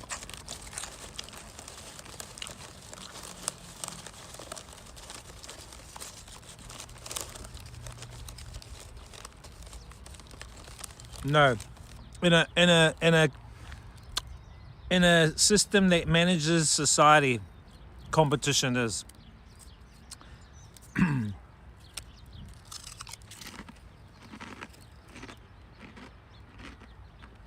The major competitive downfall in capitalism is you're going to have winners and losers. Not only that, the environment. As I said to you before, you're going to have people like Samsung and Apple creating all their phones, going through all the waste. Whereas if they were working together, they'll create the best phone of the time. And it would be modular. So any upgrades would come in a modular form. You have to really look at your system that you're in, capitalist system. You got to study capitalism for what it really is, not for what you've been taught. It's the number one contributor to the number one killer of all time. You know what the number one killer of all time is?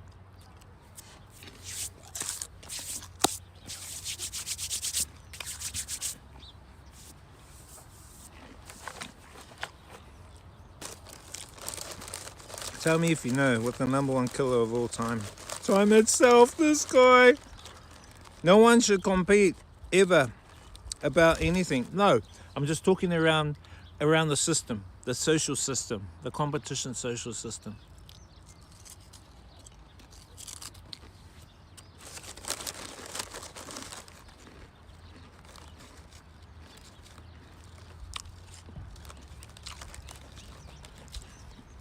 I tell you what's happening right now. So people are losing their job to AI and automation. We call that technological unemployment. I said to the politicians 15 years ago that technological unemployment was going to come and it was going to be rampant. They go, oh, you don't know the future. I said, listen, you don't need to know the future. You can just look at scientific pattern recognition. You can see the patterns happening. Now what's happening in New Zealand? Automation all of a sudden is taking over. AI is taking over. People are rendered homeless because of loss of jobs. Empty shops here. I told them here, man. I told them 15 years ago. They haven't studied their own system that they're in. I've been studying this system for 25 years and developing a possible solution for it. Beyond money, beyond artificial scarcity, beyond competition. They can benefit all of humanity, not just one part of it. And to get back in sync with nature and our resources on the planet. If we don't, we're going to need 25 more planets by the year 2035 if we keep going the way we're doing in the system. Fuck that. I don't think I want to be around by that time if that's the case. I'd rather go to the fucking moon.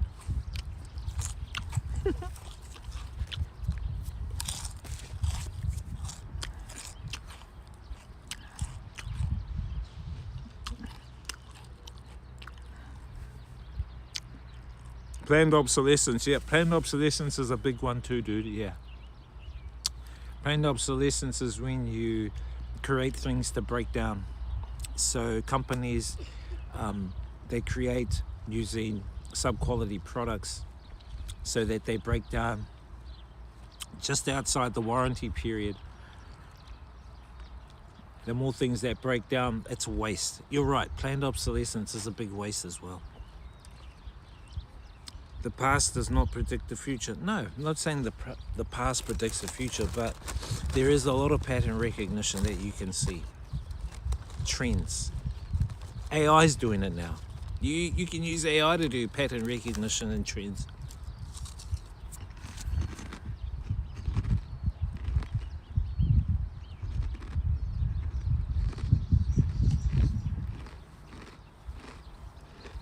No, it's not about solving the problems.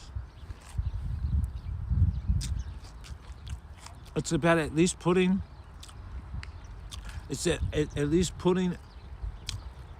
a solution there for giving people options. People don't have any other possible solution. I'm not saying the only solution. Resource-based economy is not the only solution. It's just a possible solution. That's all. Got to give people some hope and possibilities to look at. You know what I mean?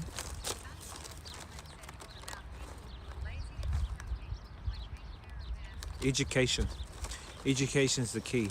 We create education today not for people to critically think. We create education today for people to repeat. And we stick the repeatedness within a curriculum. And you get graded within that curriculum. That's why they call it grades. If you learn outside the curriculum, or if you learn too open-minded, you don't get graded for that. You only get graded within the curriculum. And that is not critical thinking. That is called repeat thinking. You are repeating what you've been educated. This was proven a long time ago. And in actual fact, the whole education system was set up by the Rothschilds. Back in the late 1800s, early 1900s. The education system that's in the Western world.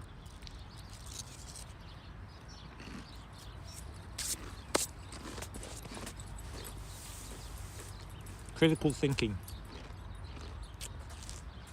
That's the key. It's underscore Lundman says Give people the critical thing. Hey, dog.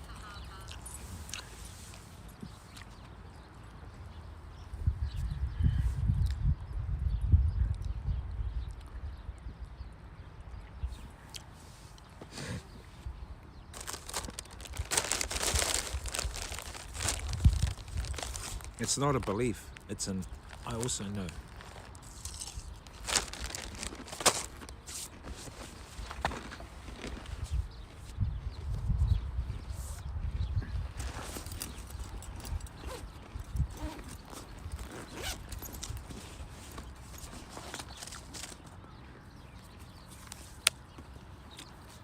It's very well documented.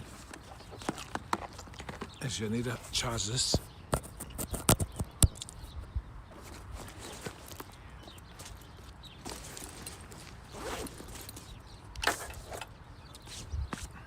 It's underscore Lundman says you know a lot, Wiz. I can't tell you anything. The mind is made up. I can see lol. You know a lot, Wiz. I can tell you anything. The mind made up, I can see. What do you mean?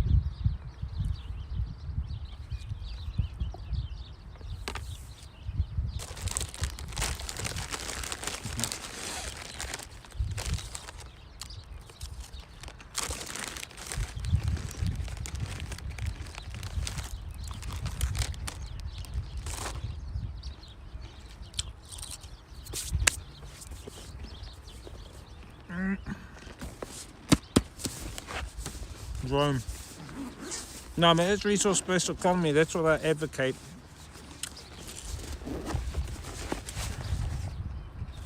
It's not going to gel with all people, especially for those that have got a really vested interest in capitalism. They don't want to change, and that's cool. That's their choice.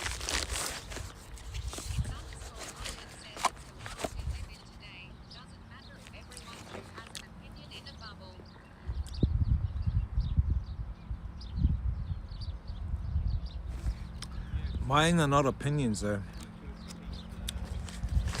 Mine are not opinions. It's not what I think.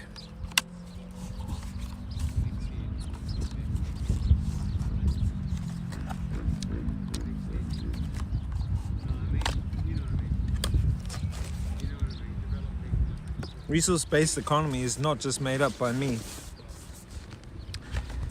As I say, there's a history of things. Like when we see it's got to be careful the dog doesn't shake. Some of these dogs they shake. We just see the action. We don't see the journey, and we only base off what we see in action. Like, oh, I just see the homeless person. Oh, they're useless. They're lazy. That's what people instantly think. They don't know how they got there.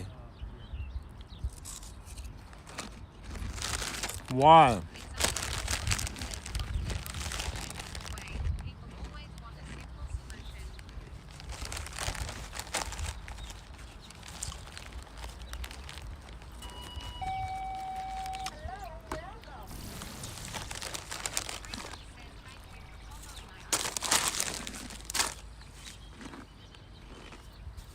Thank you for the follow.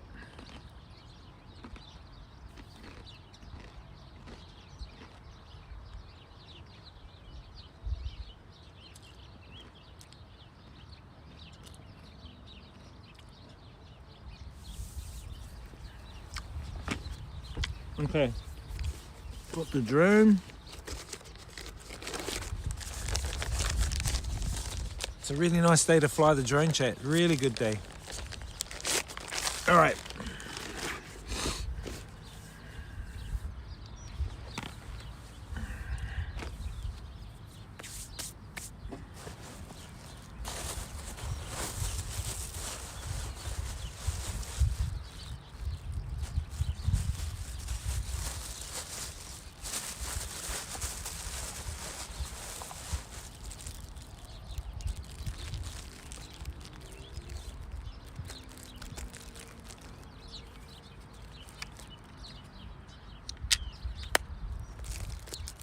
Let me get set up.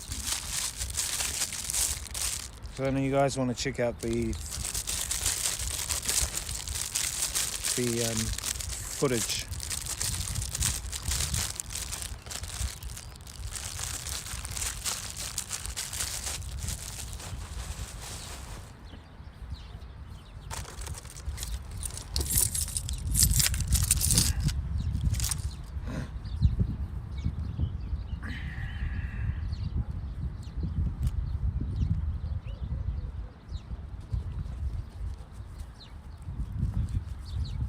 It's underscore Plumman says, how often do you use it? The drone. Last time I used it was when I was in China. No, do we use it in China? No, I think we used it in Vietnam. That was the last time. So this is a mini Mavic. The mini Mavic.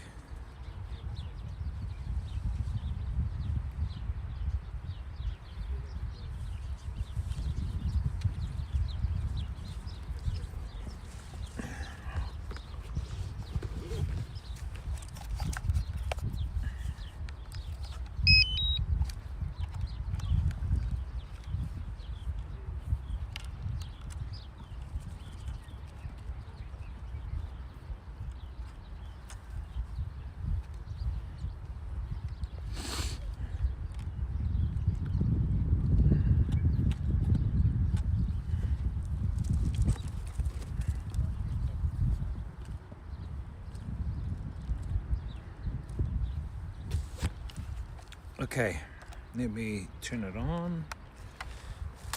Here it is here, mini Mavic. So I've got to turn it on, then I've got to make sure that it's RTMP'd into the stream. I've got to RTMP it. You guys can see it, right? No, not yet. Can't see it yet. Okay, that's cool. That's cool. That's cool. IRL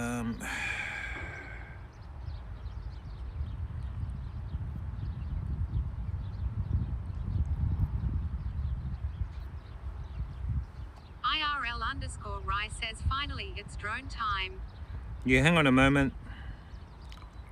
I'm just connecting it up.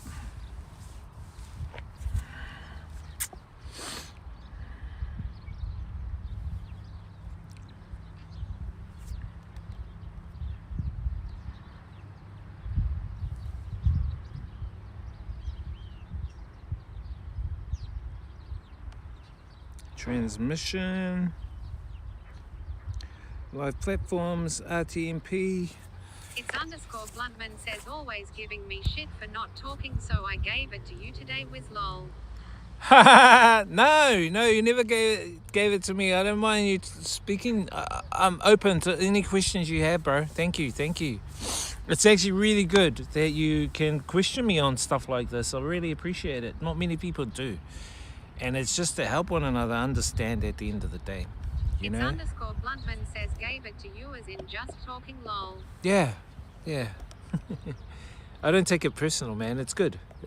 Thank you.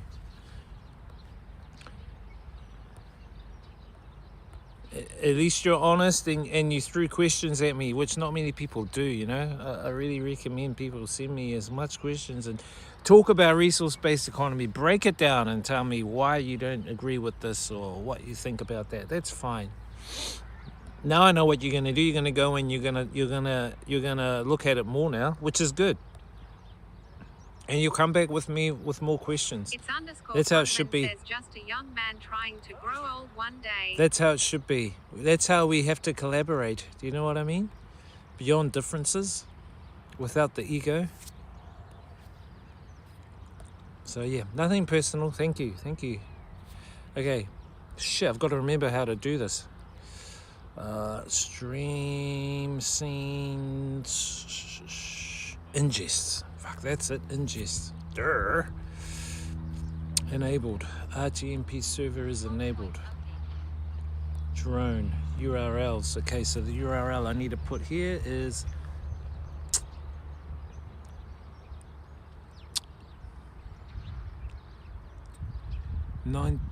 what? Oh fuck, I've got to change it.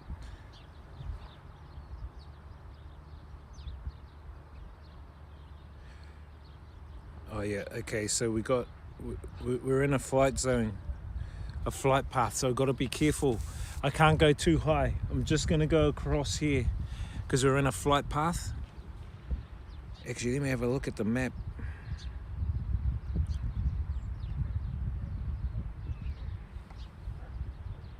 Shit, I think we're in a no-fly zone, chat.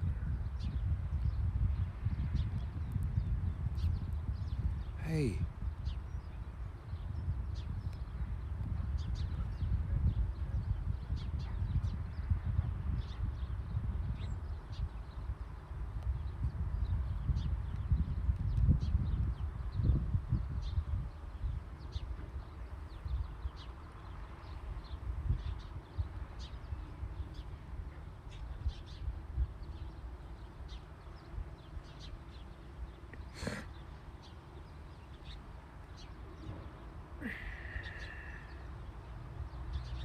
We can take off, which is good. Okay, I've just got to change the settings. Fuck. So every time I fly the drone, I've got to input the new URL address into the RTMP server. So this RTMP server is, okay, let me change that name. Anton Pallet says sup whiz. Hey, what's up, bro? That's actually quite funny, Blunt Man, because you always just come in and you always put an emoji. I'm going, fuck, is this guy for real? And you actually really did have a good conversation today. 118. Thank you for the conversation, Blunt Man. 1047 118 dot what? Fuck, I really hope this works. I think it should work. Just got to put in the address. 225. Start live stream. Let's see.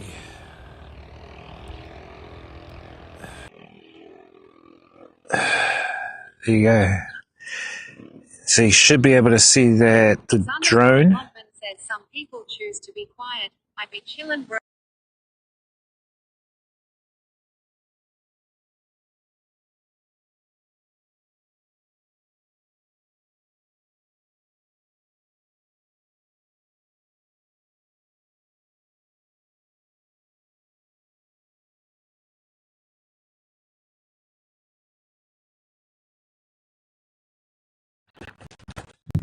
Here.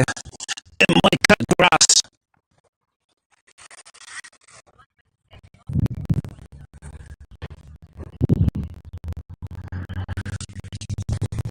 Was it muted?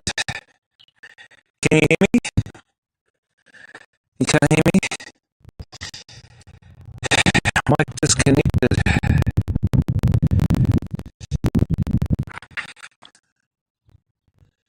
Is it still disconnected?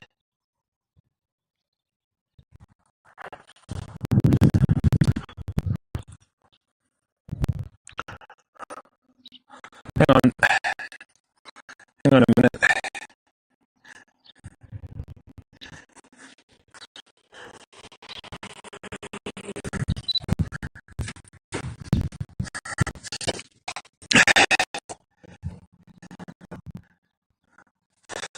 Oh, something's up with my propeller.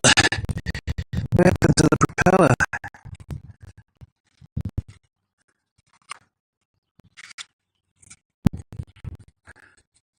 Hang on.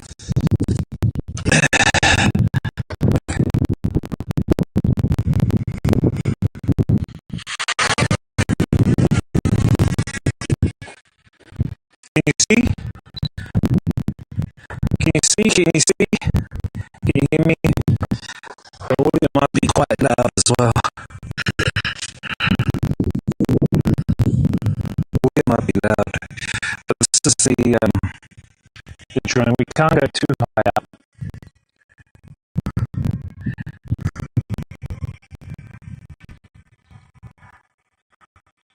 You guys see it though?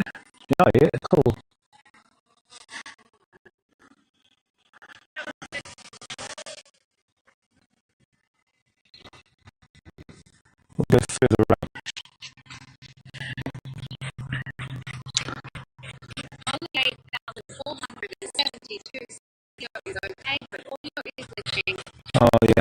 the audio glitching. I can't help with the audio. I don't know why.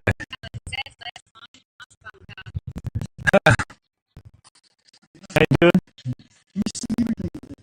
Oh, it's just what's on the screen. Yeah. Yeah, just gonna take a full bit of it and just record some footage. But yeah. Drone. Yeah. Yeah. Probably be able to. Cheers. Cheers. Cheers. When Max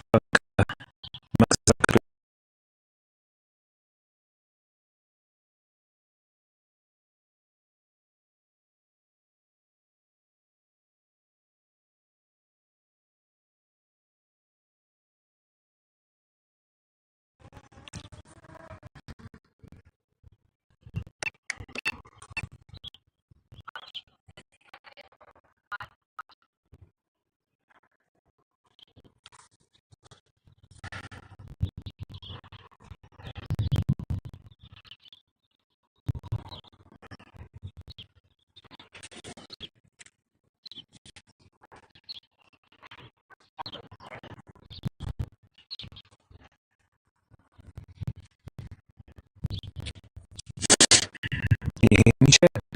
Can you guys hear me?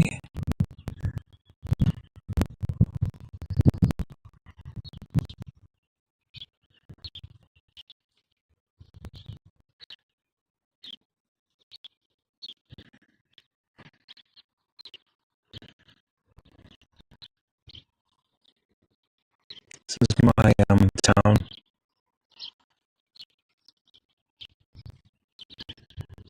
My small little town.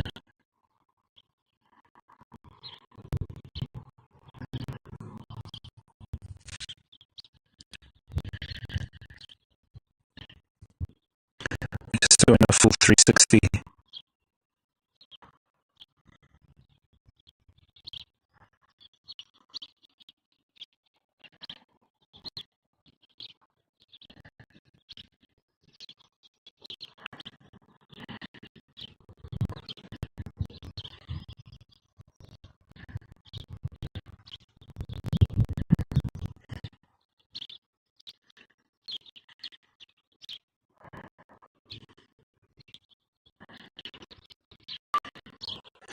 I just need to take some photos now.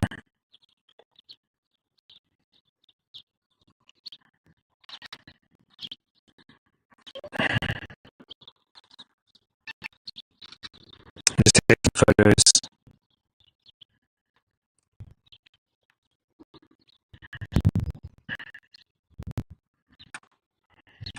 Beautiful chat. Excellent. You see these photos.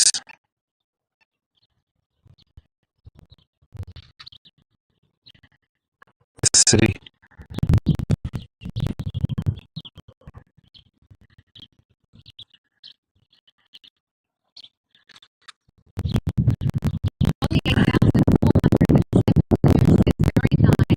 So you can hear me okay? So what we'll do now is do a bird's eye view. Let me just switch it over to video mode.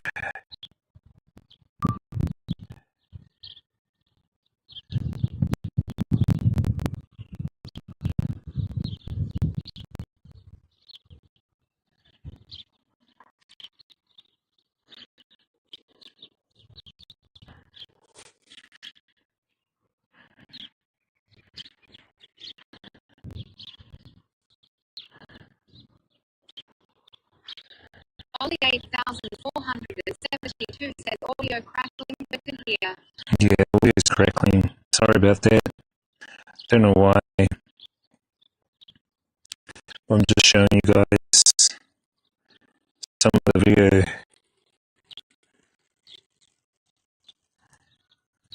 vibes on the drone. Is that beautiful?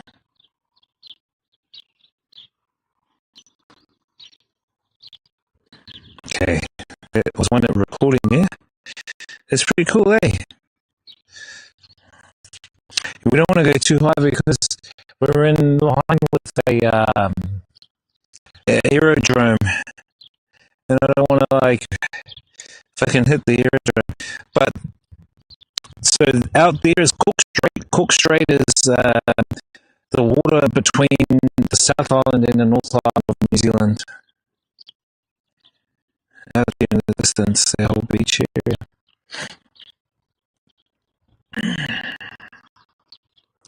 Let me just get a photo of this chat.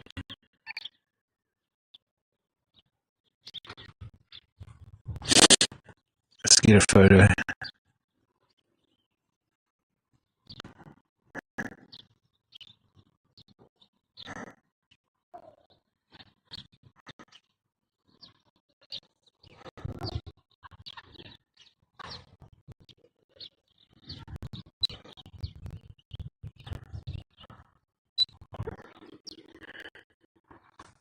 Yep, this is my nice city, nice town.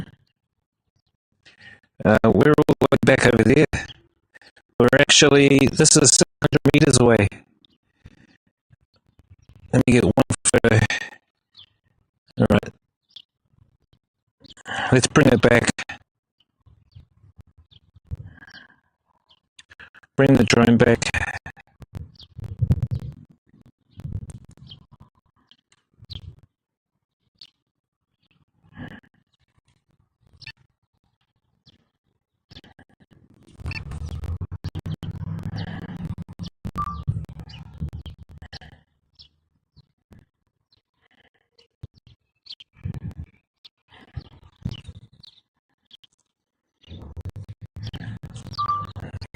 Drone's just on top of me now.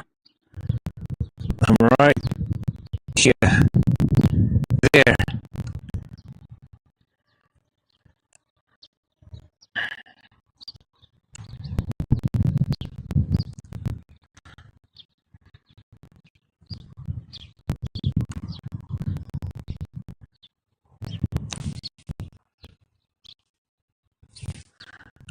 We'll go up in there.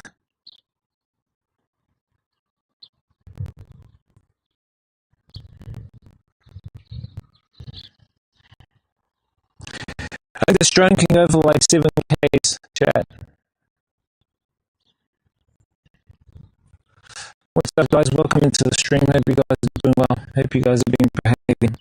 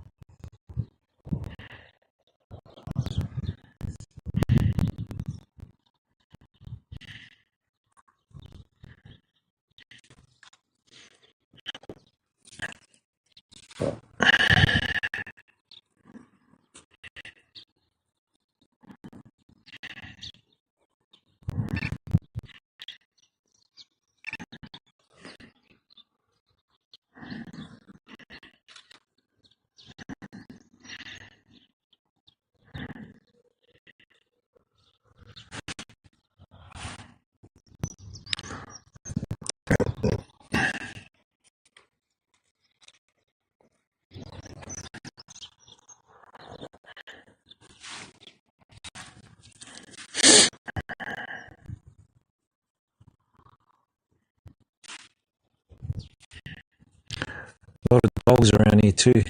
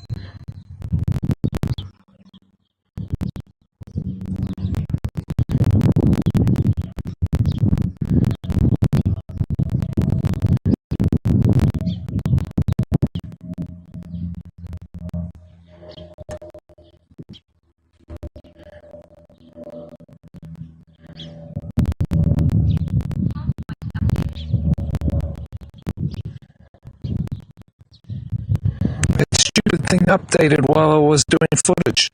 I was creating some good footage there for you guys, and then it put a fucking stupid update on. I couldn't see the footage. It looked really cool when I was going down, going along the river, like doing this.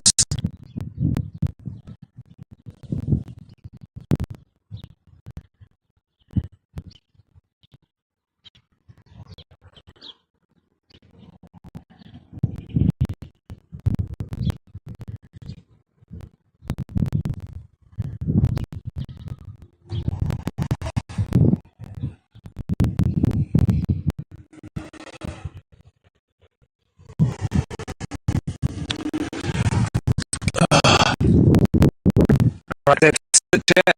We're done. Let me get it.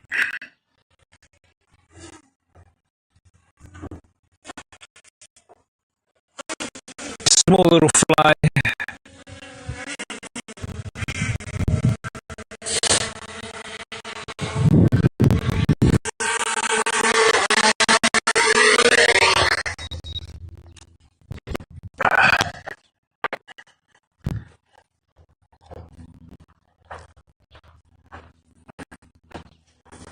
That guy was on a cool scooter. Did you see that guy's scooter?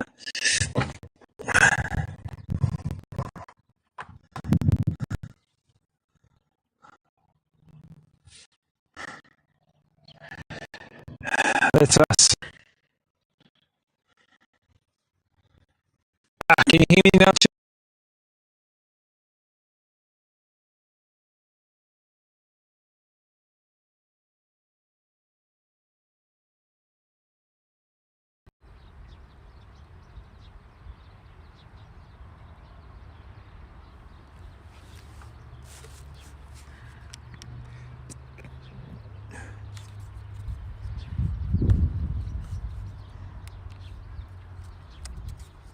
Duquan says the audio is choppy.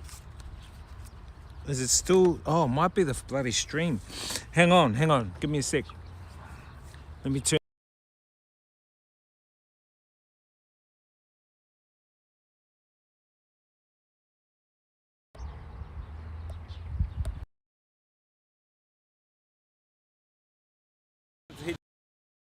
Back to the accommodation. It is raining though a little.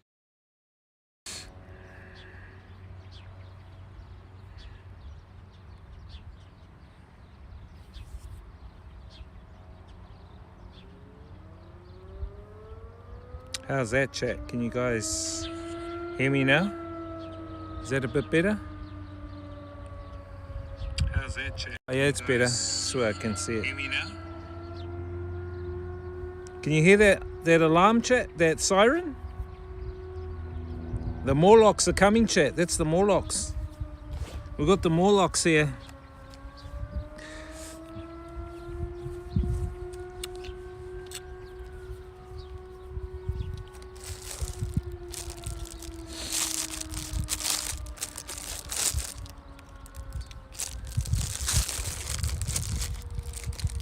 We're good. How you doing, Deuce? It's the Morlocks. You know what the Morlocks are?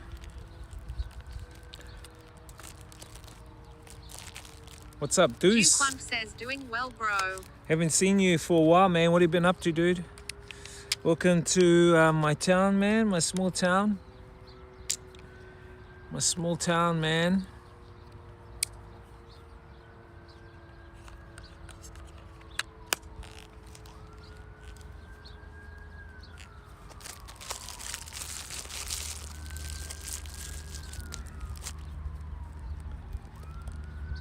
Duquan says enjoying the summer the best I can.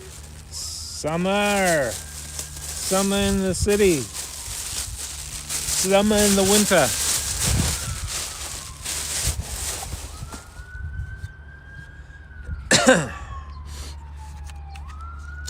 I got some good footage, man, on the drone. Ambulance, chat. I can see the ambulance crossing the bridge.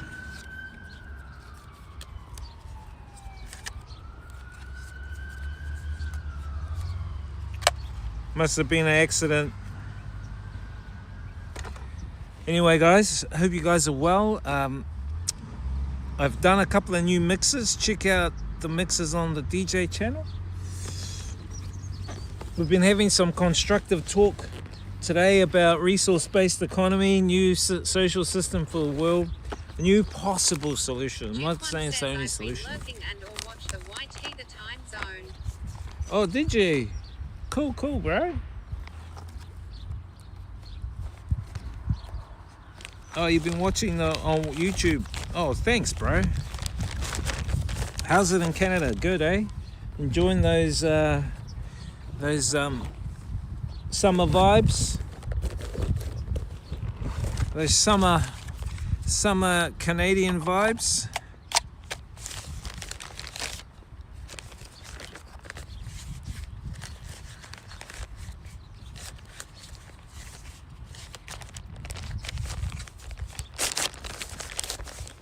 Says I saw you make the stir fry at home was lurking. Bro, I'm a good cook. I love to do some more cooking streams.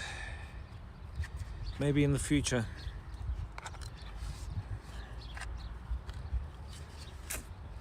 When are you coming to Asia, bro? When are you coming to Asia, dude?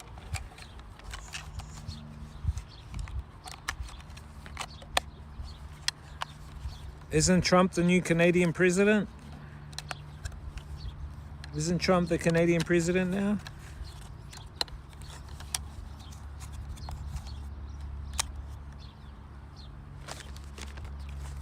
Thank you, drone. Done a good job. This drone's pretty good, man. Some cool footage. That's the thing, you got to detach all the shit that comes with it. Says laws getting tight to travel. Yeah, why? Why are the laws getting tight to travel? Why do you think that is? Ollie 8472 says pretty sure Katy Perry is the Prime Minister of Canada. Really? How do you make that? Is she Canadian?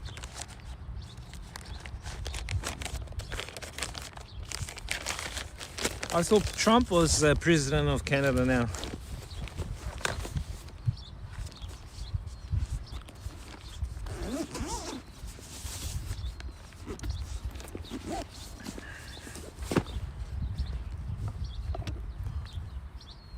Duquan says that's funny.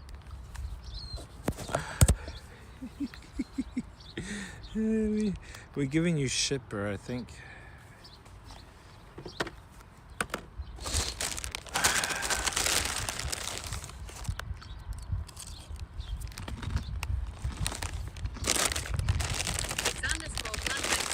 Disrespect my boy Trump whiz.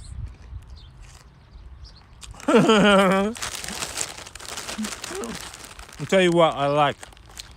I like that Chinese guy who mimics Trump. I think he's spot on.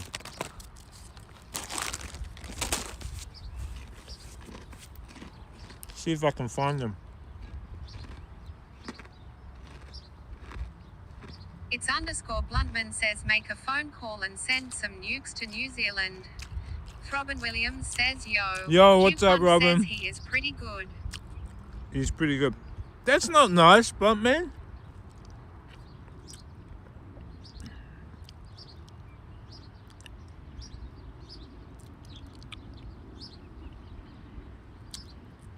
Duquan says Shane Gillis is maybe the best at it. Shane Gillis. Who the hell is Shane Gillis? It's _Bluntman says Morica baby, I'm just standing on business, my bad. No, I'm just kidding.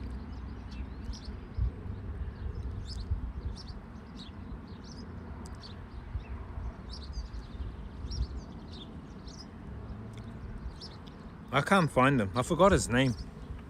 I forgot he's the Chinese Trump. He's really good. He's really good at it.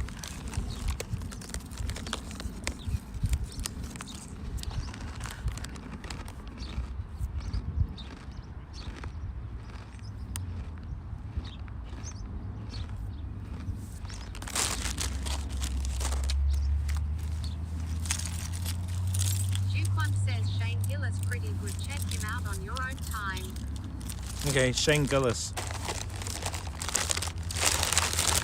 I'm just eating these garlic crisps. Hold up.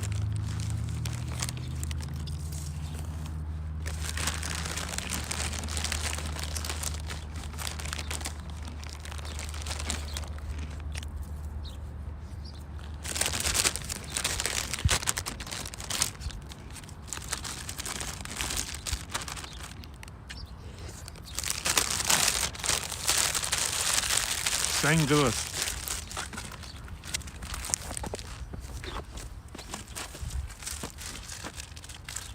It's _Bluntman says stand-up comic, actor, writer, and podcaster from Mechanicsburg, Pennsylvania. Oh, hey.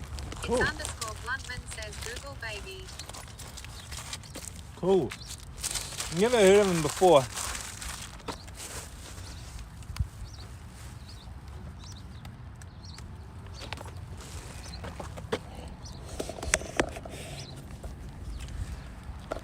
What the fuck? Look what I just found, guys. Someone left a condom. What the Ollie fuck? 8472 says Shane Gillis is one of the best. That's someone's condom.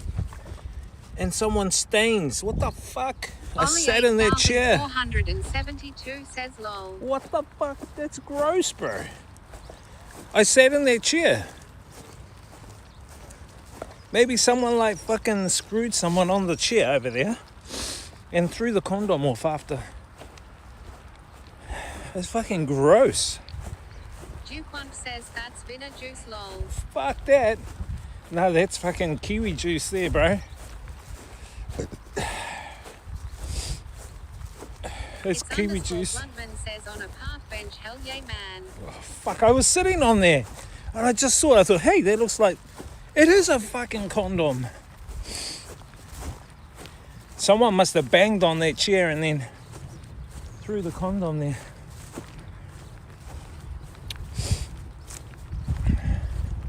Fucking gross, bro. Ollie 8472 says experience ruined. That's not experiencing the journey. Duke One says nasty. Nasty shit. Nasty. How dare they do that? F53534 says hello. Yo. What's up, bro? How are you, bro? F53534 says what's good in the hood. What's good in the hood, bro?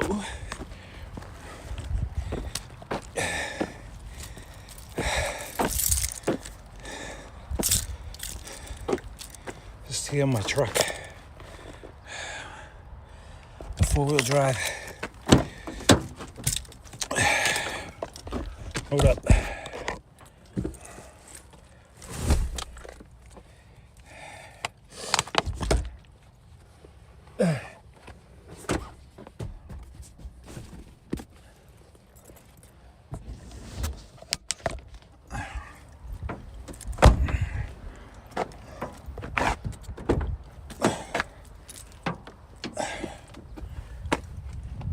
Good to see F5. We've just been out droning, de-rusting the fly cam. We've just been de-rusting the fly cam.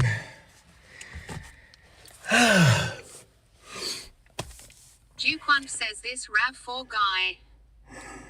No, this isn't a RAV4. This is the Triton, Mitzi Triton.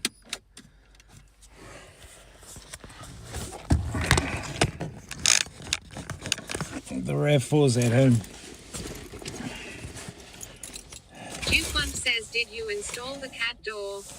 Yeah, we installed it, bro. The cat's fucking diving through that cat door now.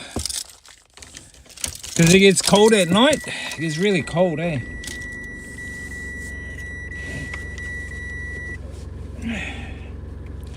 It gets super cold.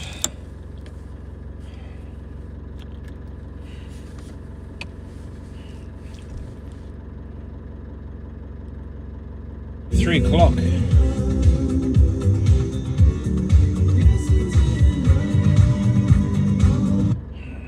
had to turn that off. Yeah, no, we installed the cat door, bro.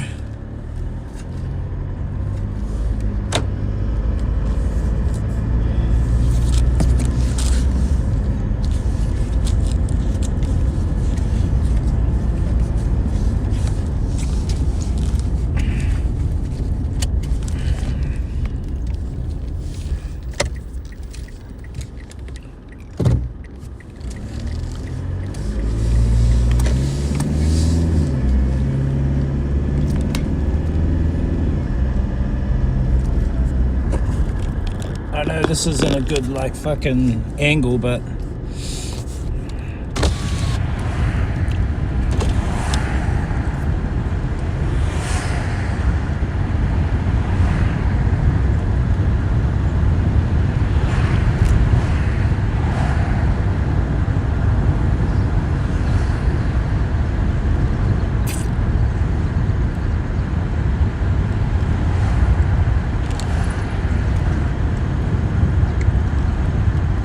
Yukon says you need some custard. no, we don't need custard, bro.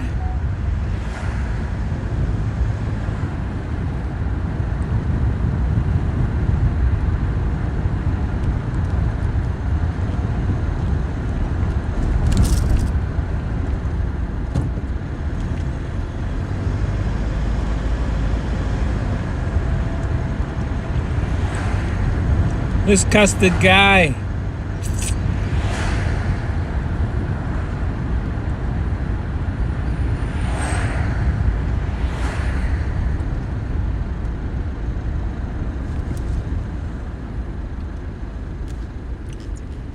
Yukon says the RAV4 is Cozy Drive, still rented a few. Now this is not the RAV4. I've got the RAV4's at home. This is the truck 4x4.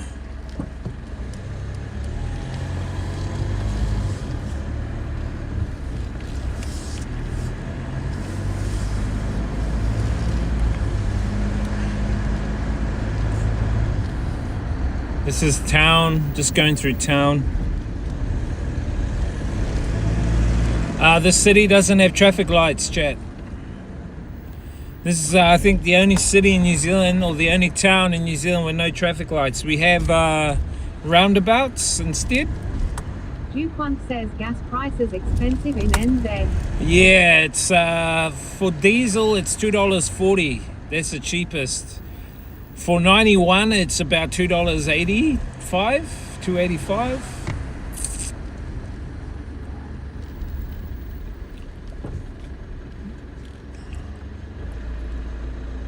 That's the library on the right there.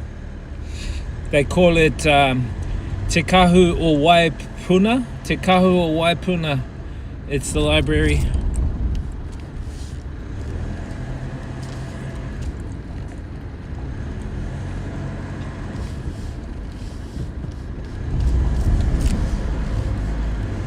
I went to see that movie Odyssey, chat. Have you seen that movie Odyssey? You guys have got to see Odyssey, man. It's a masterpiece. I think that Odyssey movie is gonna get movie of the year, man. Cool movie. Odyssey, chat. Check out that movie. Yukon says who has wide puns. Who has wide puns? What's wide puns? Yukon says Puna. Waipuna. It's the name. Waipuna is kind of like a spring. Waipuna is kind of like the Māori word for like spring. You know what I mean?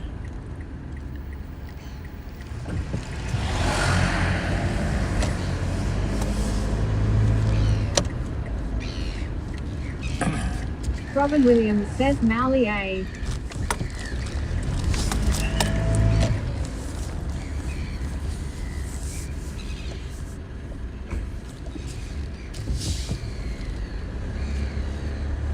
Only 8,472 says I'm halfway through Citizen Vigilante, the new Uber Bowl film.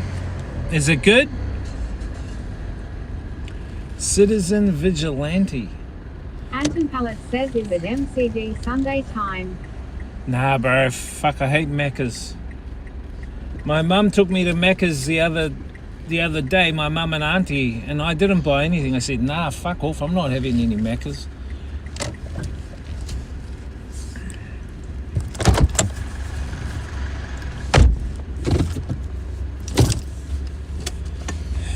This is New World. It's like one of our local supermarket chains. Nah, they took me to Robin McDonald's. Williams says it's Monday evening time, bro. They took me to McDonald's to meet another auntie, and they all had McDonald's. I don't know. I just can't eat McDonald's, man. I'm just not McDonald's, eh?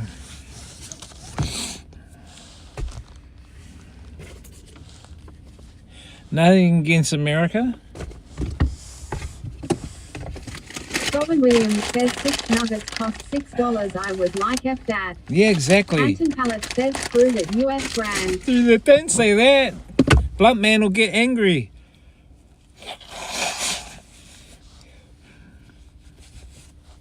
Have you seen the McDonald's? I saw the McDonald's movie with what's his name? Who's the guy? Ray. Who's the one that fucking started fucking? Actually, let me move forward.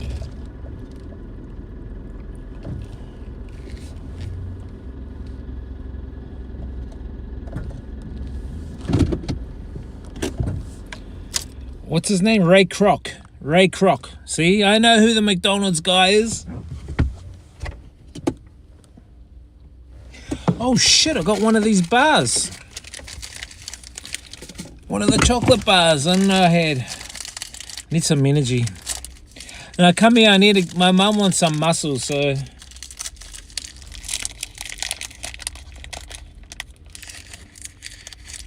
I just need to find out how much a kg of the mussels are. Mussels here are fucking expensive.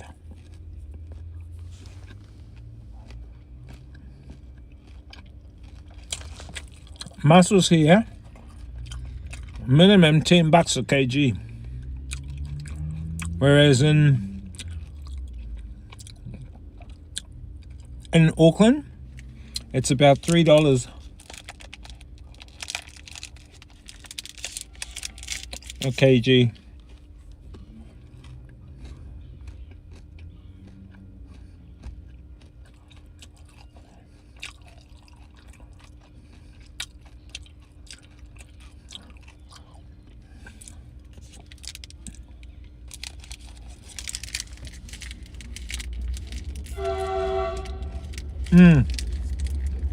Yeah, they don't have the prices, you're right.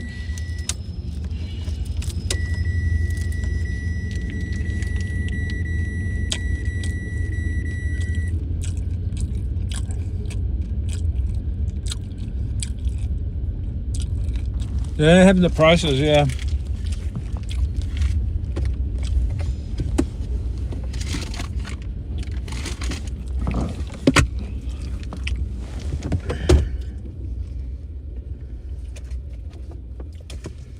Fuck, I need some rubbish bags to put in here so I can put all my rubbish in.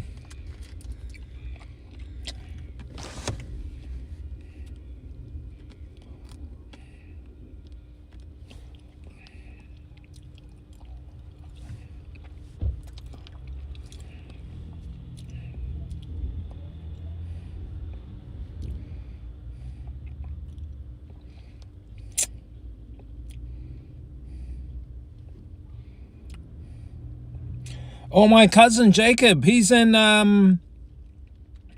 New World Tour. My cousin Jacob that stays in Shanghai, he's in Kunming. He's just asked me any good things to do in Kunming. I'll say to him, I like the Walmart and the Robin Williams says, hey, that's my name too. rotation small hot pot buffet. Anton Pallet says, with support New World Order. What do you mean? How? Robin Williams says, are we cousins as well? No. Juquan says, Wiz likes the China beer at the Walmart, lol. Yeah, Singtao. Singtao's the beer, man.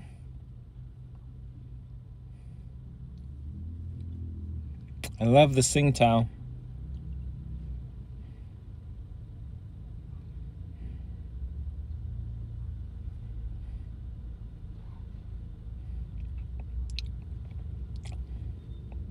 Juquan says the hostel was good, right? Yeah, right? Good hostels, bro. Robin Williams says, are them custom windows you got, brother? Them custom windows you got there, brother. Yeah, it's just got like tint in it. Tint, double tint. Actually, I think they're coming a bit unstuck, eh?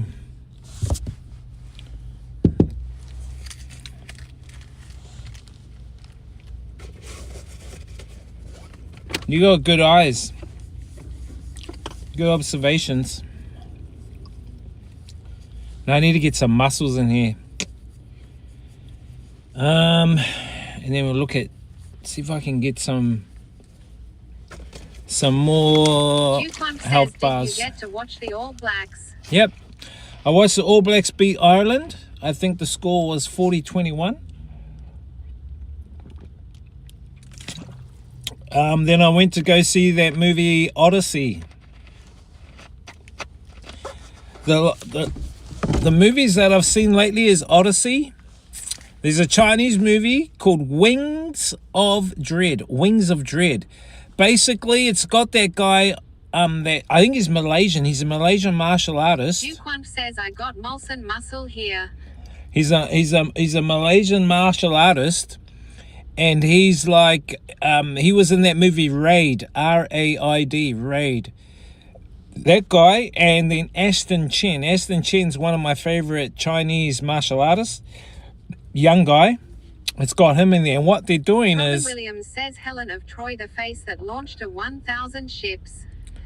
Helen of Troy, the face that... Yeah. So you seen fucking... I'll tell you this now. I think Odyssey is movie of the year. Masterpiece, my own opinion. Odyssey, the movie Odyssey, I think it's a masterpiece. 8,472 says, oops, sorry, Anron. Ollie 8,472 says Anton. And I think Matt Damon, he acted really, really well in that movie. I thought Matt Damon was awesome in that movie Odyssey. I think he did a really great job in that movie Odyssey. I think he'll get actor of the year. Leading actor of the year, I reckon. Matt Damon.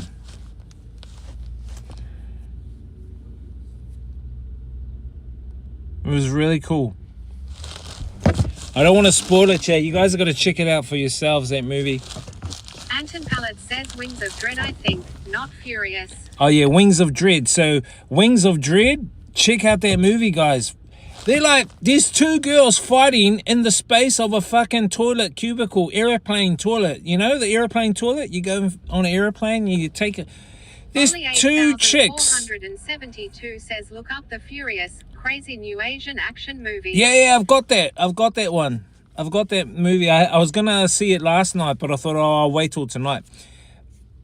But that movie, Wings of Dread, they're in a plane and they're only in a space of a cubicle. Two women are like, unbelievable how they can fucking fight in a space of a cubicle. I myself can only just fit into a cubicle on a fucking plane. Mind you, the Asians are probably half my size. Ollie 8,472 says, okay, I will check it out. Wings of Dread. Yeah, check it out. It's kind of funny because some of the passengers kind of try and help out as well. Like there's a big... I won't spoil it. Anton Pallet says, wow, cat fight. I need to check it out too. Yeah, it's a cat fight. And the bad lady She's inside. She's wearing the airline uniform, like the uniform, the high skirt and everything, and she's fighting in a high skirt. How the hell? How the hell? And that's what I did notice too when I was on China's airlines, is that when you go on the Chinese airlines, I kind of could see people are not really there for a trip. I knew I could spot police, what do they call them? Airline police? I can spot the airline police on planes. They're so fucking obvious. It's like, dude, it's so obvious. There's a certain build, and most of them sit on the aisle chairs. Now they have the airline officers. They're not in disguise anymore. They got cameras now. They got like chest cameras. They got earpieces. So if you fly on a Chinese airline domestic, you'll have at least 2 airline officers on there now, and they're pretty cool. I just wave to them, But I think Ollie that 8472 says flight marshal. I think that there could be flight marshals, but they're more like airline police officers. Airline police. I think on a lot of flights they have airline police now in China. When you check out that movie Wings of Dread, you'll understand. Anyway, Deuce, you what did you mention earlier? Ollie 8472 says interesting.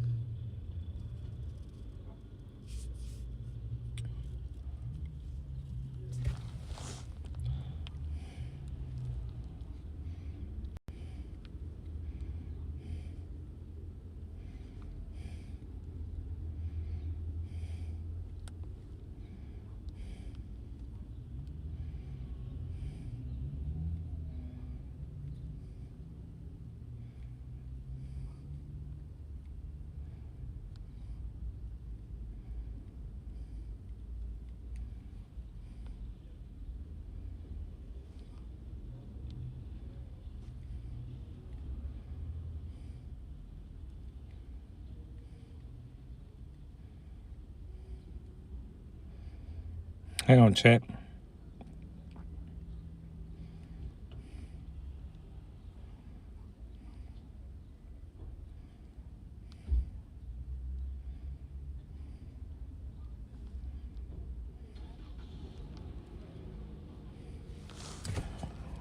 Yeah, so that movie, I'll check out that Furious. That's when they kidnap the daughter, right? I heard that's the martial art movie of the year, actually, that one. I'll check that out. Furious. But you guys should check out Odyssey. It might be a bit slow for you guys, but I think if you're kind of religious as well, it'll probably appeal to you. I'm not religious, but I've studied the Bible and the Quran and all the fucking different books. And I can see the different biblical associations in that movie. And what's the other one? Very, very Catholic driven. It's very Catholic.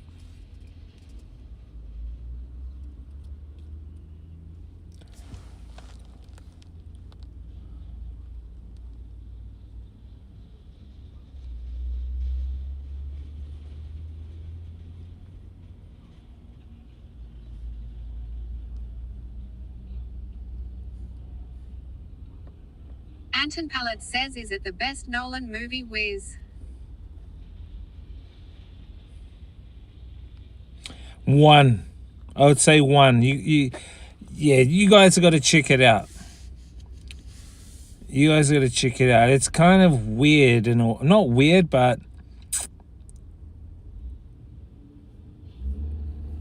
yeah. At the start might be a little bit slow, but when it gets into the action, you'll see. What I don't get is who the lady was at the beach that he landed on. I need to find out who that lady is.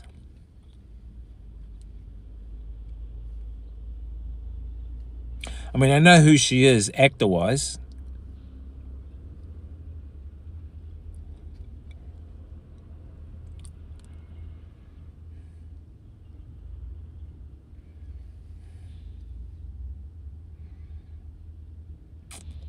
Hang on, chat. I'm just looking at one thing.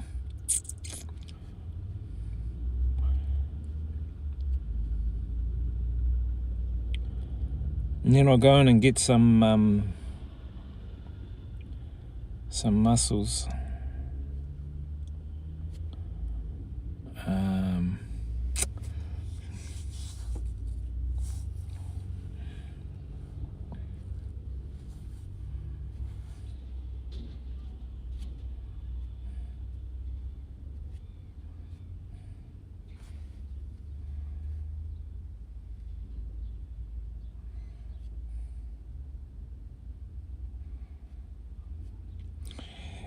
Chat, any good what's the latest news? Any good conspiracy theories?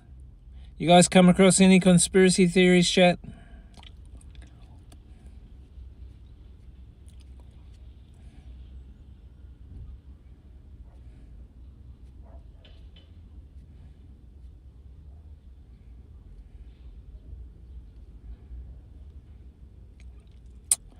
No new conspiracy theories?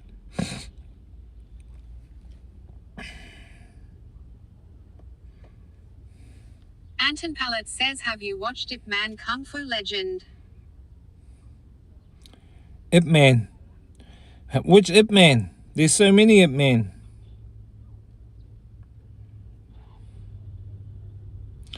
What Ip Man are you talking about?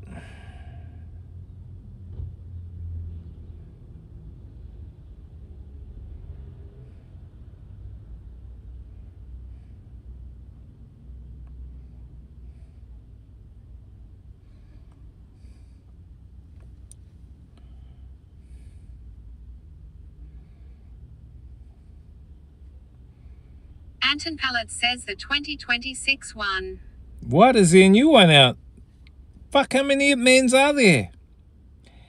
Ip Man, what is it called? Ip Man Kung Fu Legend. No way.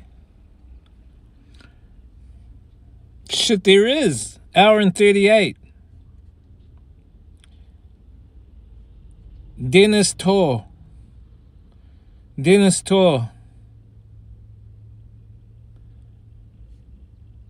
Ip Man leaves the police force to start his martial arts school.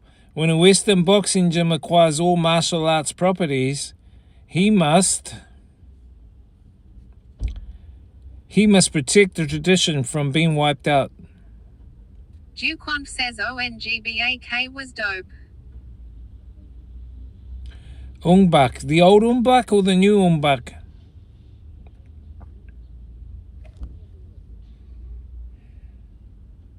Let me look at the trailer. 得亮拳头。谁先来？咏春、 Duquan says the old one. 叶问。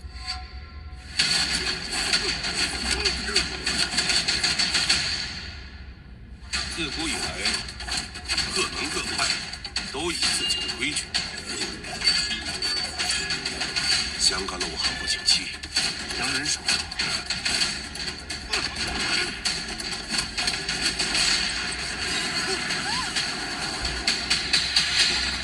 Looks cool. He's fighting this looks like a white boxing guy, and the white boxing guy's just standing there and you know he's trying to punch him.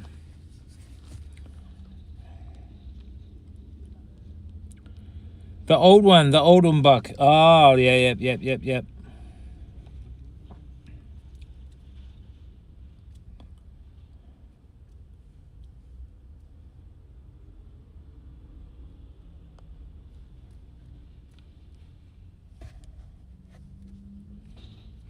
Anyway, let's go in, chat. I need to get some mussels.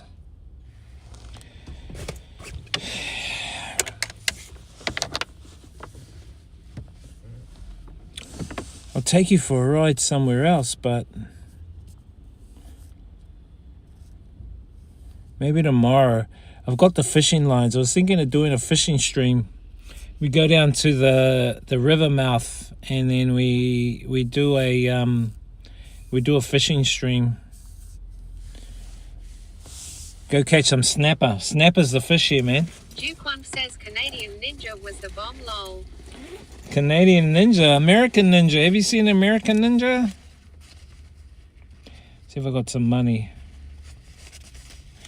Empty wallet. Never mind. Poor streamer. Just a poor streamer.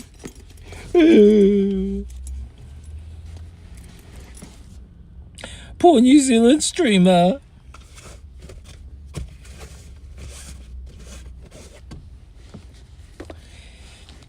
How's Canada, by the way? Good? Nice. We got elections coming up in New Zealand, chat. There's two main parties in New Zealand. One is national government. That's the current government. That's the current leading government. And the other party is Labour. That's the opposition. National blue, Labour red. It's kind of like fucking Democrats blue, Republicans red. You know what I mean? There's always the masks on the same face. And that's all they are. Duke One says I did saw American Ninja in the Threaters with my dad lol. Oh shit, that was ages ago, eh? American Ninja, I saw that. He's the white blonde guy, right? With the blue eyes. And so the elections are happening this year in August. So a lot of people don't want National, the blue party, to be the government. A lot of people actually want the Greens. So we have a Green Party called the Greens. They're like very conservative, environmental, blah, blah. And then there's the black ones, which are New Zealand First Party. And his policies are good. So the leader of New Zealand First Party is the Foreign Minister for New Zealand. And he's the one that goes to do... Duke One says yes, exactly. Are you running for office? We have the Greens also in Canada. See, I knew you guys will have Greens too. So his name's Winston Peters. He's the leader of New Zealand First, the Black Party. He goes to countries like China and has good relations. And so he's the one basically that makes sure that our fucking passport is strong. So our passport's, pretty strong up there. He's also the rail minister. But I think he might become the new Prime Minister of New Zealand. A lot of people are going Winston Peters. He's never been Prime Minister, and he's Māori. I think he's like half Māori. But yeah, we got Greens here too. We've actually also got a Māori party here as well.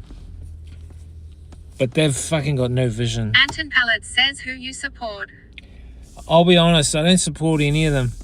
They're all basically a different mask on the same face. Doesn't matter who you choose. They're all under capitalism.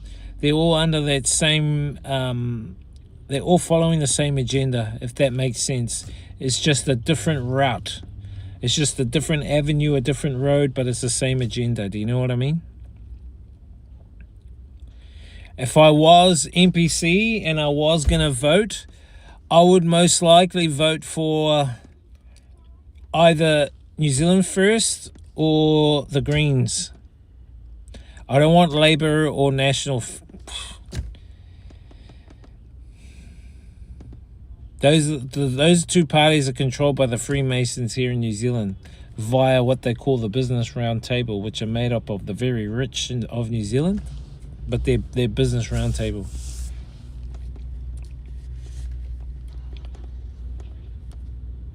New Zealand's very Freemason. Why is that guy wearing fucking jandals here in a cold day in Anton Pallet says, but that Labour lady pretty good, no. But that Labour lady pretty good. Nah, she's not Labour anymore. She left. That's Jacinda Ardern. Yeah, so she's retired. She just got brought in for that particular agenda. And that was to promote the COVID agenda, the lockdowns, blah, blah, blah. Who is wearing mankini? Yeah, that guy was wearing a mankini with his fucking jandals. So she was brought in at a very strategic time. You've got to be here to see how it works. Many people fought for it. They fell for it. And a lot of people now are like dying suddenly, sadly. If you know what I mean, you know what I mean. I think you guys have a look outside, checking out some of the people that go in and out of the supermarket while I'm chatting to you guys.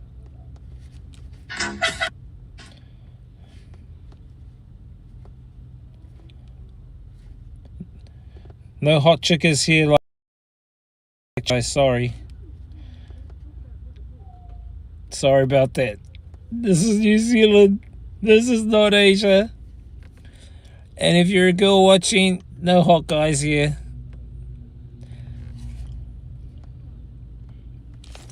No hot guys, no hot chickers.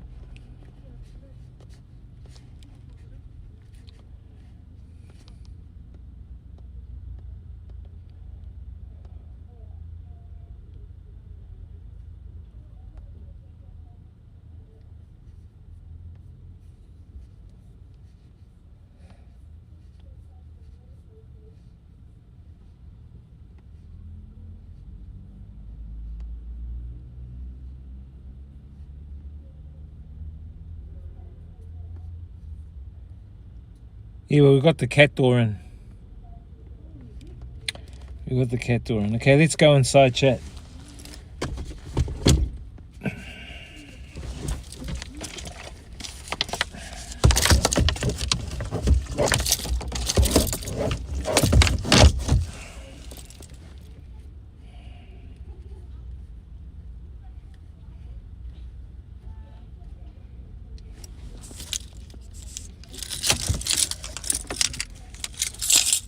Gotta get those mussels.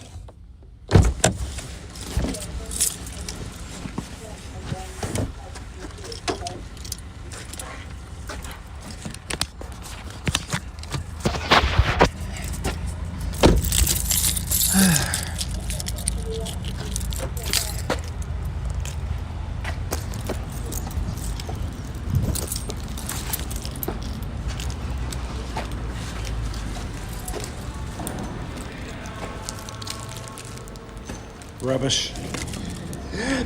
I need to put some rubbish in there.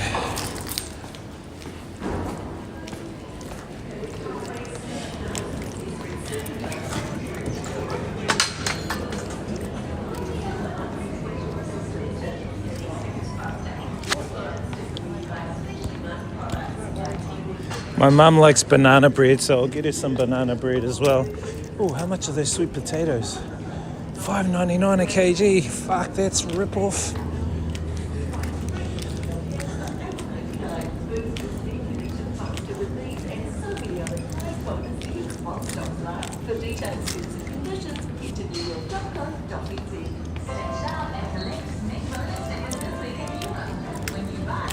Say you're just a friend. $9 a kg. All right.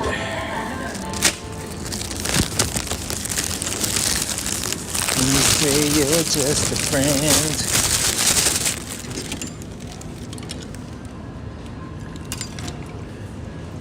These are coming today. Fresh mussels.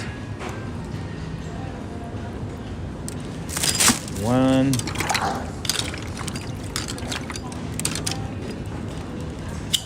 My mum likes fresh mussels, chat.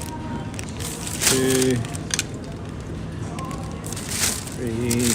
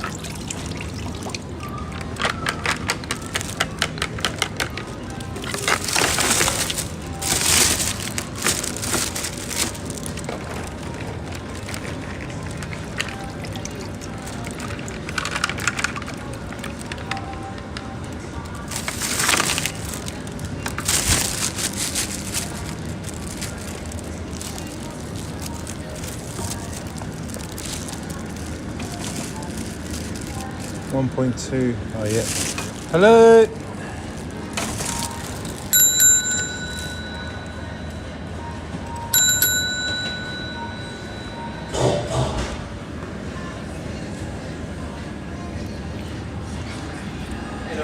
How's it, mate? Been behaving? Nah. So where did these mussels come from? Do you know? They are from Havelock. How come they're so expensive here, man? And they're local. What? They're probably my auntie's one. She's got mussel farms in Havelock. Yeah, I'm not too sure. From Mills Bay. Mills Bay. Oh yeah, Mills Bay. Interesting. I honestly wish I could give you an answer, but I have no idea. No worries, man. Have a good life, not just a good day. See you later, man. Muesli bars. Muesli bars.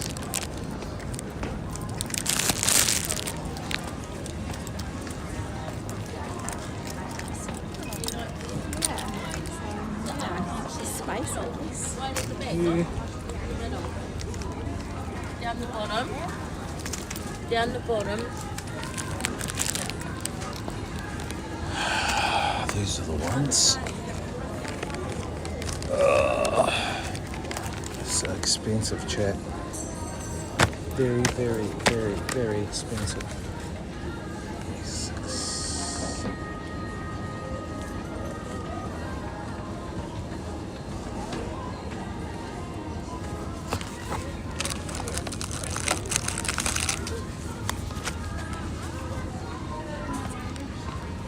How much is that packet? That packet is $3.44.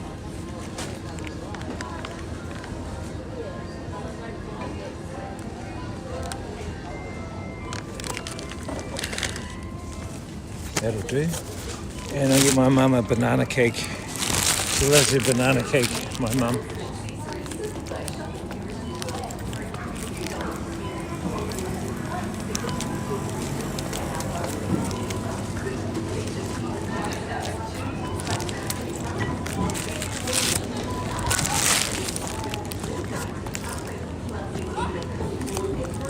Prawns, chips, trumpet ice creams.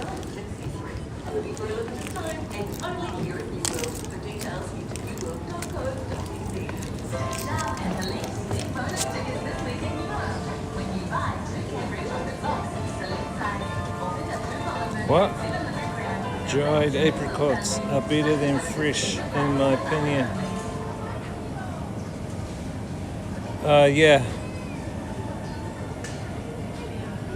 Man, those are big mussels. Oh, they got the prices nice.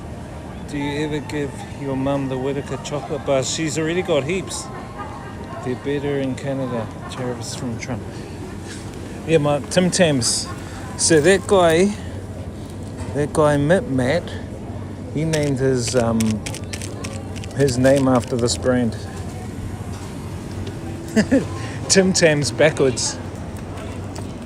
Anyway, and you get one of these banana breads. My mum likes the banana breads. Which are these things here? She loves these banana breads. I want to see if they got scones. Couldn't find any scones.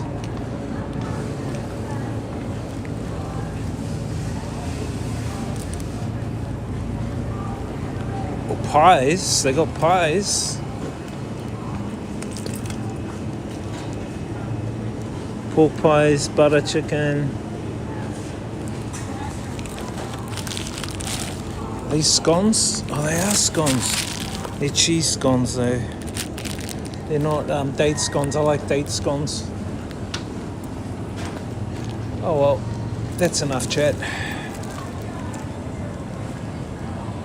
I've got the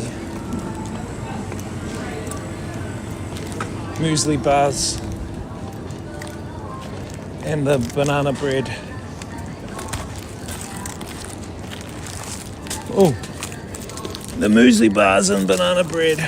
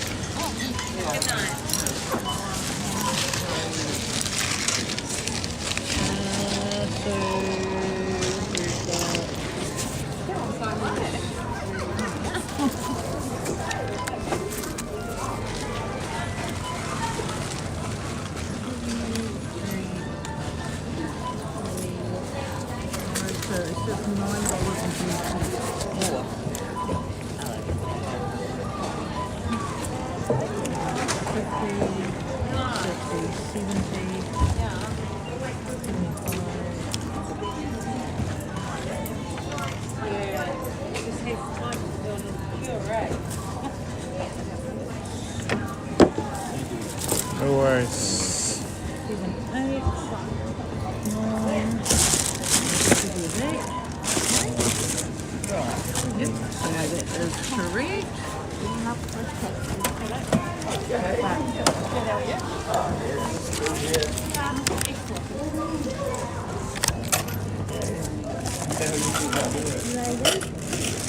Right. Did you need your receipt today? Oh, yeah. Okay, are you collecting the stickers? Are you collecting the stickers?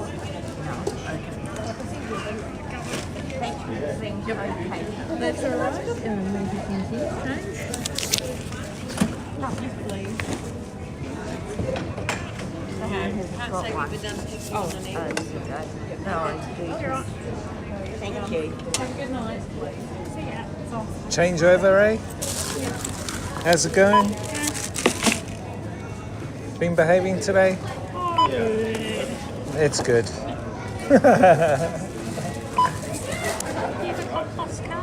No, I don't. Sorry.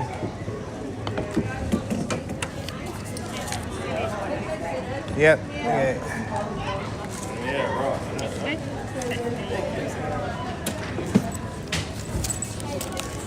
Your receipt?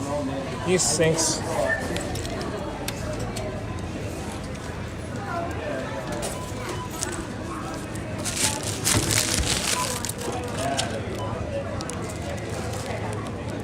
Can you click the stickers?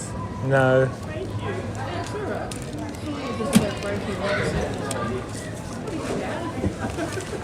Cheers. Have a good life. Behave. I always say behave yourselves.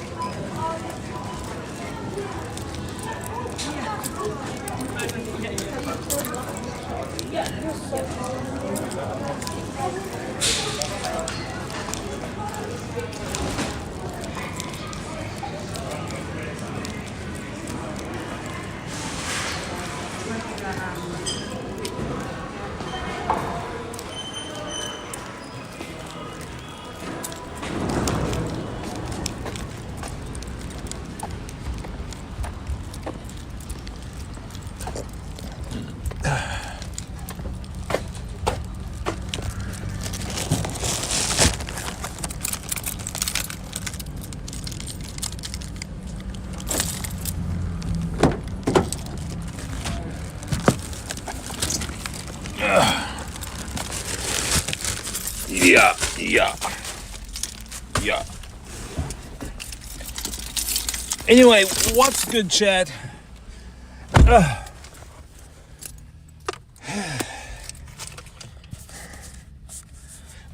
That's all she wrote.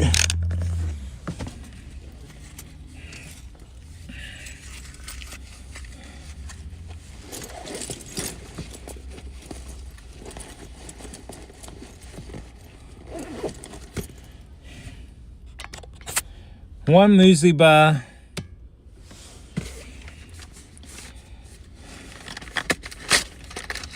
These muesli bars are very, very dense. Yeah, they are dried apricot. You're right. These are dried apricot. How are you loving the pace of the place? Yeah, good, bro. You mean the pace of this city, this town? A lot slower than Asia, bro. It's a lot slow here. But it's good. I'm used to it, you know what I mean? It is slow. Very slow. Slow pace back here. Yep.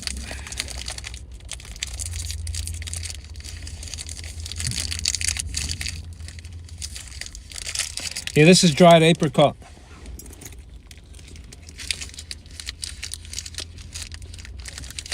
And very dense.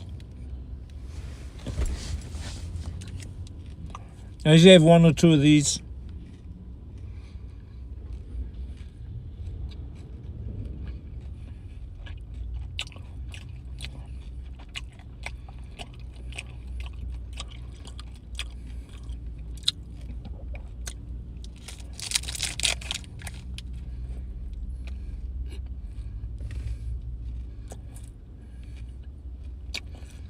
The lady that just came out, I know her very well. Her name's Nairi. She's put on a bit of weight. I better not say that to her when I see her next.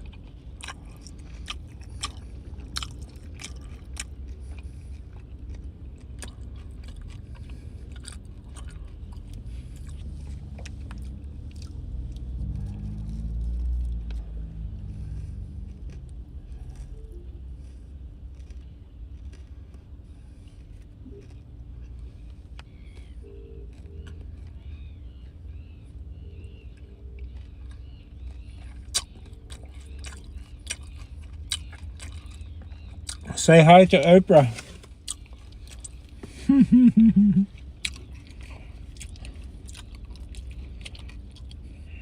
How many have we got on stream? We're on 3 platforms, chat.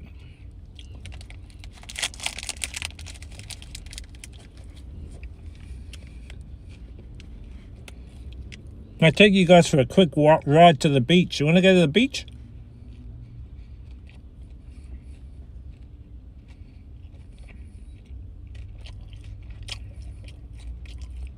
No, it's really slow back here, bro.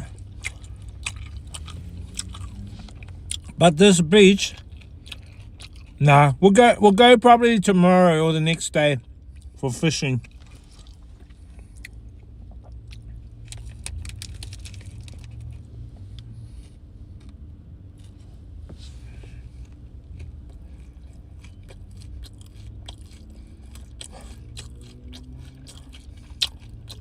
Now you got home. We have to finish stream soon, chat.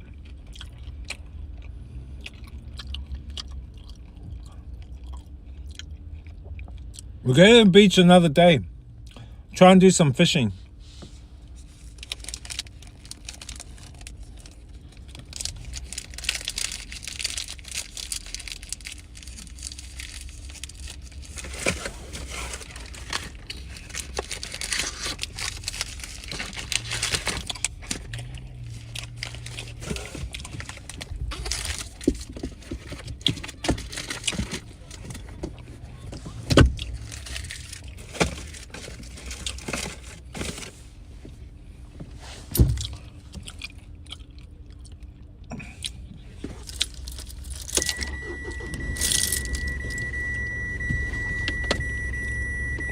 How's Hong Kong, by the way, Ollie? Are you enjoying the Hong Kong vibes?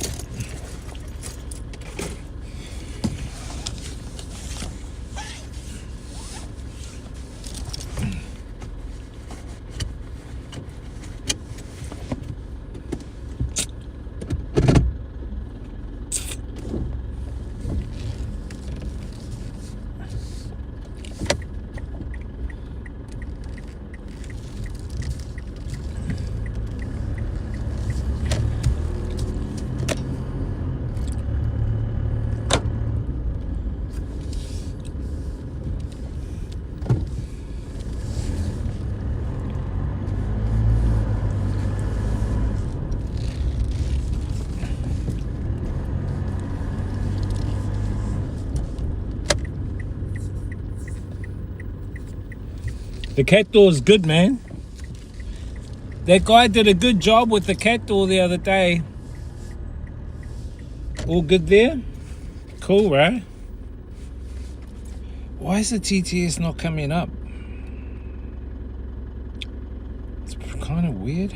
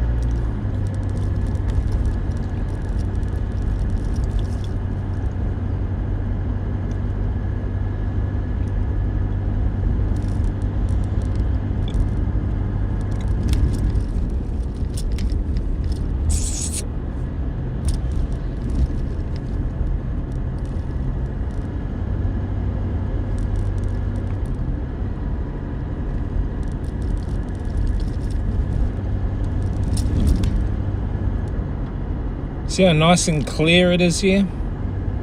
Nice and clean city.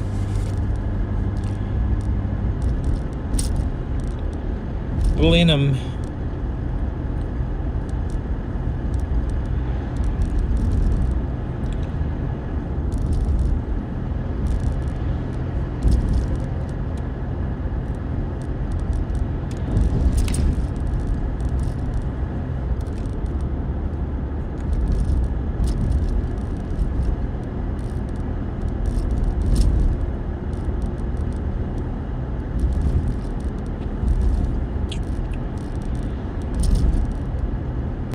$50, $30, $50. Why would they put that all in the space of 100 meters?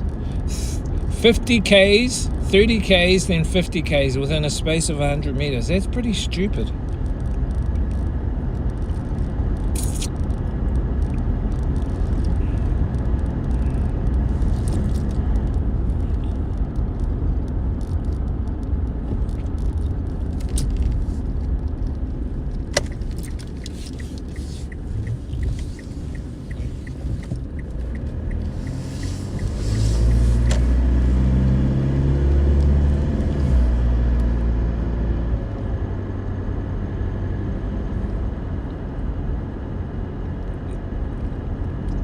Yeah. It's easy for a why is the TTS not working? Yeah, it's easy for a foreigner to retire here. How easy is for a foreigner to retire there? Yeah, it depends really. I mean, honestly, you can't really retire here unless you marry someone from here. If you marry a local female or a local male, or if you work here, you can't really retire here, dude, unless you have a residence here, a residence visa or a senior citizens visa.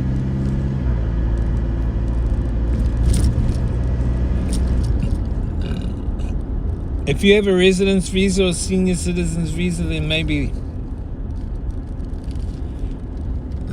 that's okay.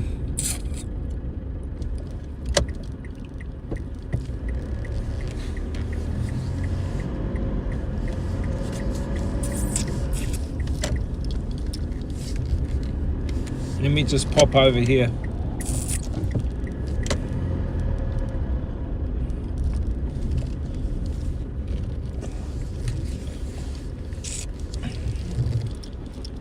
Watch these guys play football.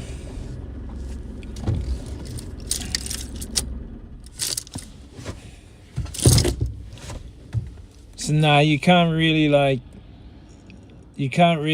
live here or retire here. Uptime, 3 hours. Yep. You can't really retire here, bro. Fortunately, unfortunately.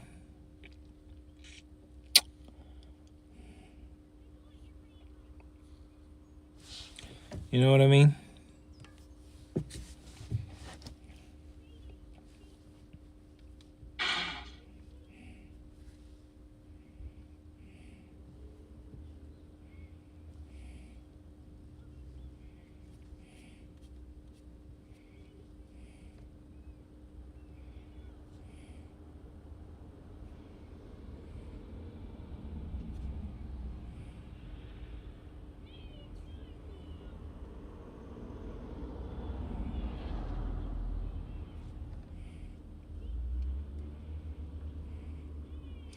Pattaya it is then, yep. You're probably better going to Pattaya.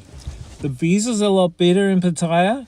You can get a DTV visa. If you work remote for a company, or if you work for yourself and you can prove you work for yourself, if you got money in the bank, sweet. As long as you can show you got money in the bank and you're working yourself.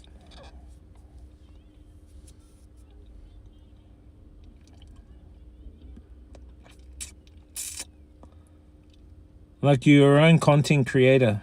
You know what I mean?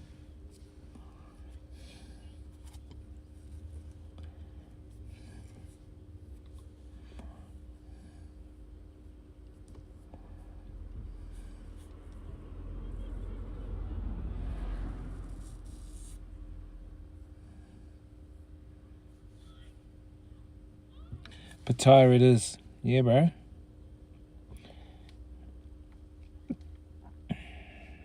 Ollie 8472 says the pollution in Thailand seems too much. That's the only thing.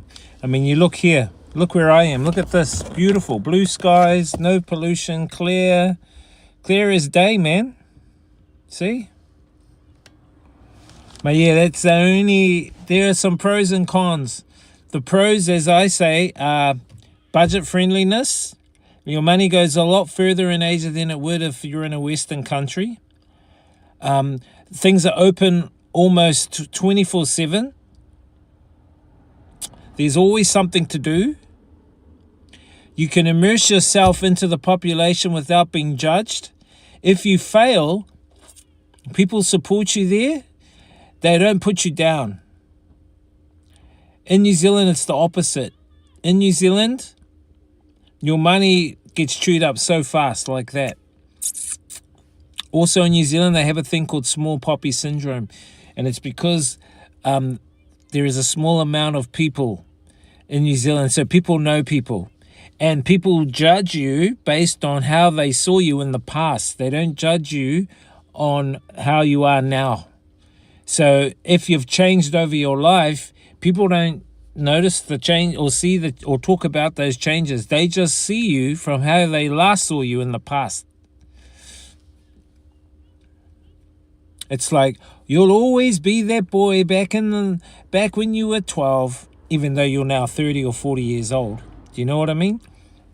And there's a small they call it small poppy syndrome, where people in New Zealand they haven't got the expansion capacity to think beyond.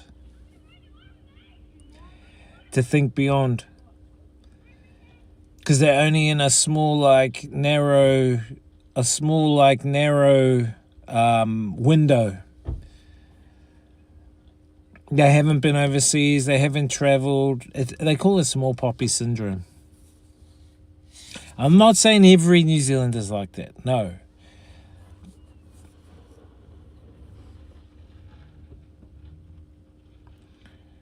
Like you could talk to people about your experiences overseas. That it'll just go over the top of them.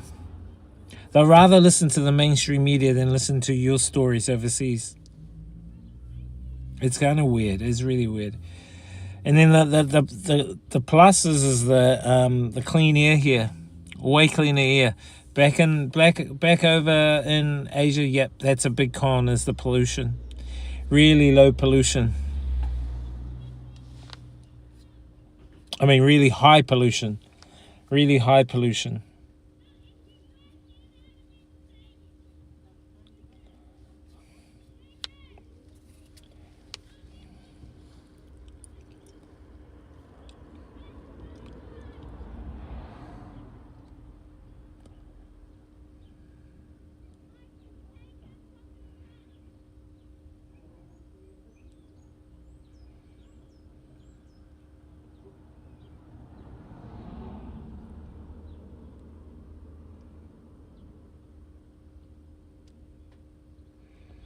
I think it's not just Thailand too, it's Vietnam and China.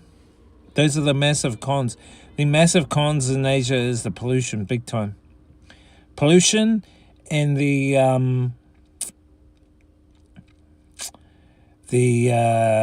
air quality.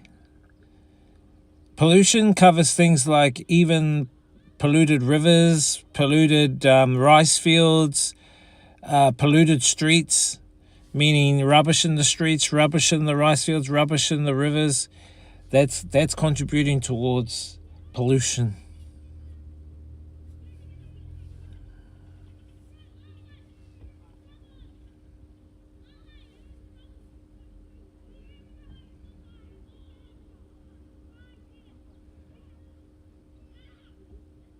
And you've got the pluses, as I said, the pluses and the minuses, you know, the pros and the cons.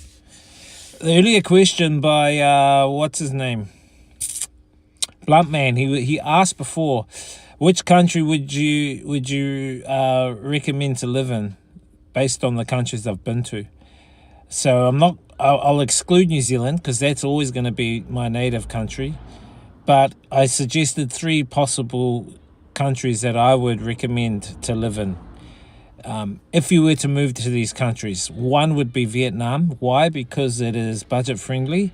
It is open to change, which is good. They always have something to do. They're nearly open 24/7, and your money goes a lot further in Vietnam than it would in New Zealand or a Western country. Not only that, people are very friendly, and for me, ultimately, the food is way better over there. Says how you rate VN to TH for the air quality. It is way better over there in Vietnam for food than it is here in New Zealand. The food here is a lot more processed, way more processed food here than it is there in Vietnam. How would you rate Vietnam to Thailand for the air quality? I think they're roughly about the same. Maybe even Vietnam a little bit more air quality. The air quality might be a bit more higher over there in Vietnam than in Thailand. Only because I wouldn't say overall, I would say in Hanoi, for instance. Hanoi has more pollution, air quality wise, than I would say Bangkok, because Hanoi sits in a valley and the air sits there. So the second country I recommended was Thailand, because A, they have good visas. If you wanna live in Thailand for long term, you can get the DTV 5-year DTV visa. All you need, I think, is around 15,000 $15,000 US in your bank, and then you've got to show that you're working. How are you working online? Where's your money coming from? And then the other visa that you can get is a retirement visa, and you can get what was that other visa? You can get a landowner's visa, so you can buy property in Thailand. You can buy like a condo for say 100 grand, says and you get is creeping up on your list. And you'll get a 20-year visa in Thailand. If you buy say $100,000 condo, you can get a 20-year visa in Thailand. That's pretty good, man. And China. So the third one is China, and I'll ultimately recommend China. China would be my first, but only if they had sorted their visas out for foreigners. So the main problem with China is the visa. That's the main problem with China, is the visa. It's hard to get a retirement visa. It's hard to get a visa to stay in China long term. You can only get really the tourist visa or a work visa. I don't need to work in China. I work for myself. Ultimately, what would be good is if they had an entrepreneur visa or a DTV like Thailand. If they had a DTV visa like Thailand, bro, China's the one, man. China's the one. Budget friendly. Infrastructure's awesome. People are cool. They are ahead of the game. When it comes to advancements, and your money goes a lot further than in other cities or other countries. And the accessibility to travel is way better. You can travel by high-speed rail, by train, by bus, by plane, and it's budget-friendly, man. You know how much it is for a train from my town to Christchurch, which is 2 to 3 hours. 2 to 3 hour train ride from my town to Christchurch. It's nearly 200 New Zealand dollars. That's bullshit. I could travel in China the equivalent of that in China. It will only cost me $10, and that's on a high speed rail, and it's a second class seat. And a second class seat on a China train is like VIP seat in New Zealand. It's fucking crazy. Canada just have the neat access in China recently. Oh, yeah. So I think Australia, China, New Zealand, England, they have the 30-day free visa into China. All those Western countries. But if they play up, or if they say bad shit about China, which New Zealand government's doing lately, that's going to fuck up the visas for the next time. So if New Zealand keep on bad-mouthing China, China's going to turn around and go, okay, you guys are going to fucking lose your 30-day visa access to China now. And it's the fucking national party of New Zealand, the national government. Because they are American aligned. They have aligned with Trump in America. Stupid. You got to be neutral, man. Like Vietnam. Vietnam's neutral. Vietnam's not aligned to anyone. It's friends with Russia. It's friends with China. It's friends with New Zealand. It's friends with America. You gotta be in that neutral state. You know what I mean?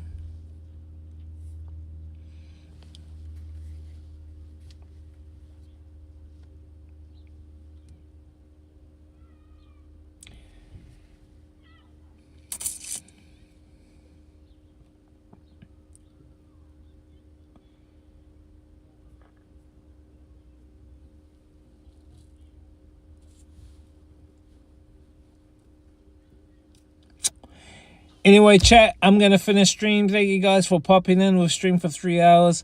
I'll see you guys on the next stream. Maybe fishing stream. Who knows? Time for me to go home now. I need to go home and do some shiz. But we'll see you guys on the next stream, eh? I know you guys are missing the Asia streams. BN is recent but behind in old laws and places. Yeah, they are. 472 says have a good one. Yeah, thanks, Ollie. So New Zealand are behind in policies and all that. I mean, sorry, not New Zealand. Vietnam. Yeah, they are. In a way, they are.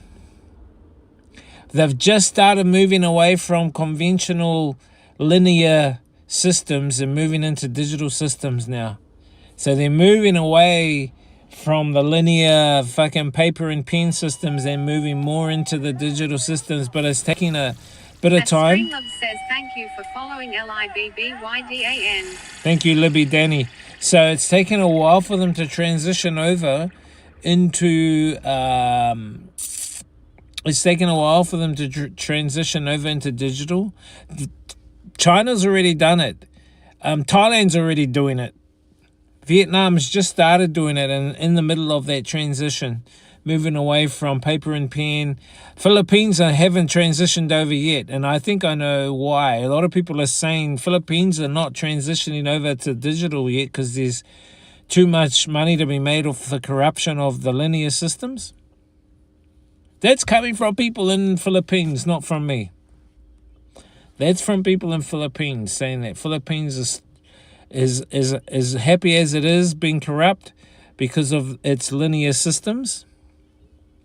If it was to move into digital systems, it'll be a whole lot less corrupt, which is why they don't want to go fully digital at the moment. So, because it'll be too transparent.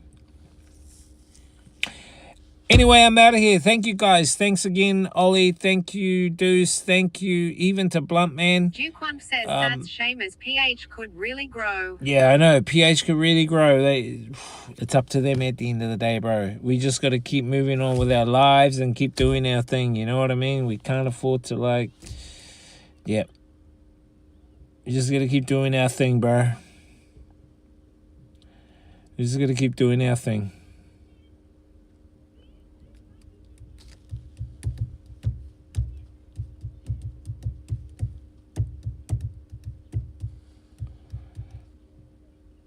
See you guys on the next stream, chat. As I always say, experience the journey, inspire others, live life, have a great life, not just a great day. Peace out. Check out our DJ Wiz Music channel as well. Before you leave, subscribe up to the YouTube channel, chat. New mixes are up. New mixes are up. Says thanks for the content, bro. No worries. Thank you, Juice. Let me know when you're streaming next. I'll tune in, dude. I'll tune in. Even though I'm a poor streamer, I might donate a few kicks or a few, you know, bits. Anyway, much love, chat. Peace out. See you guys on the next stream. Behave yourselves, as I always say. And peace.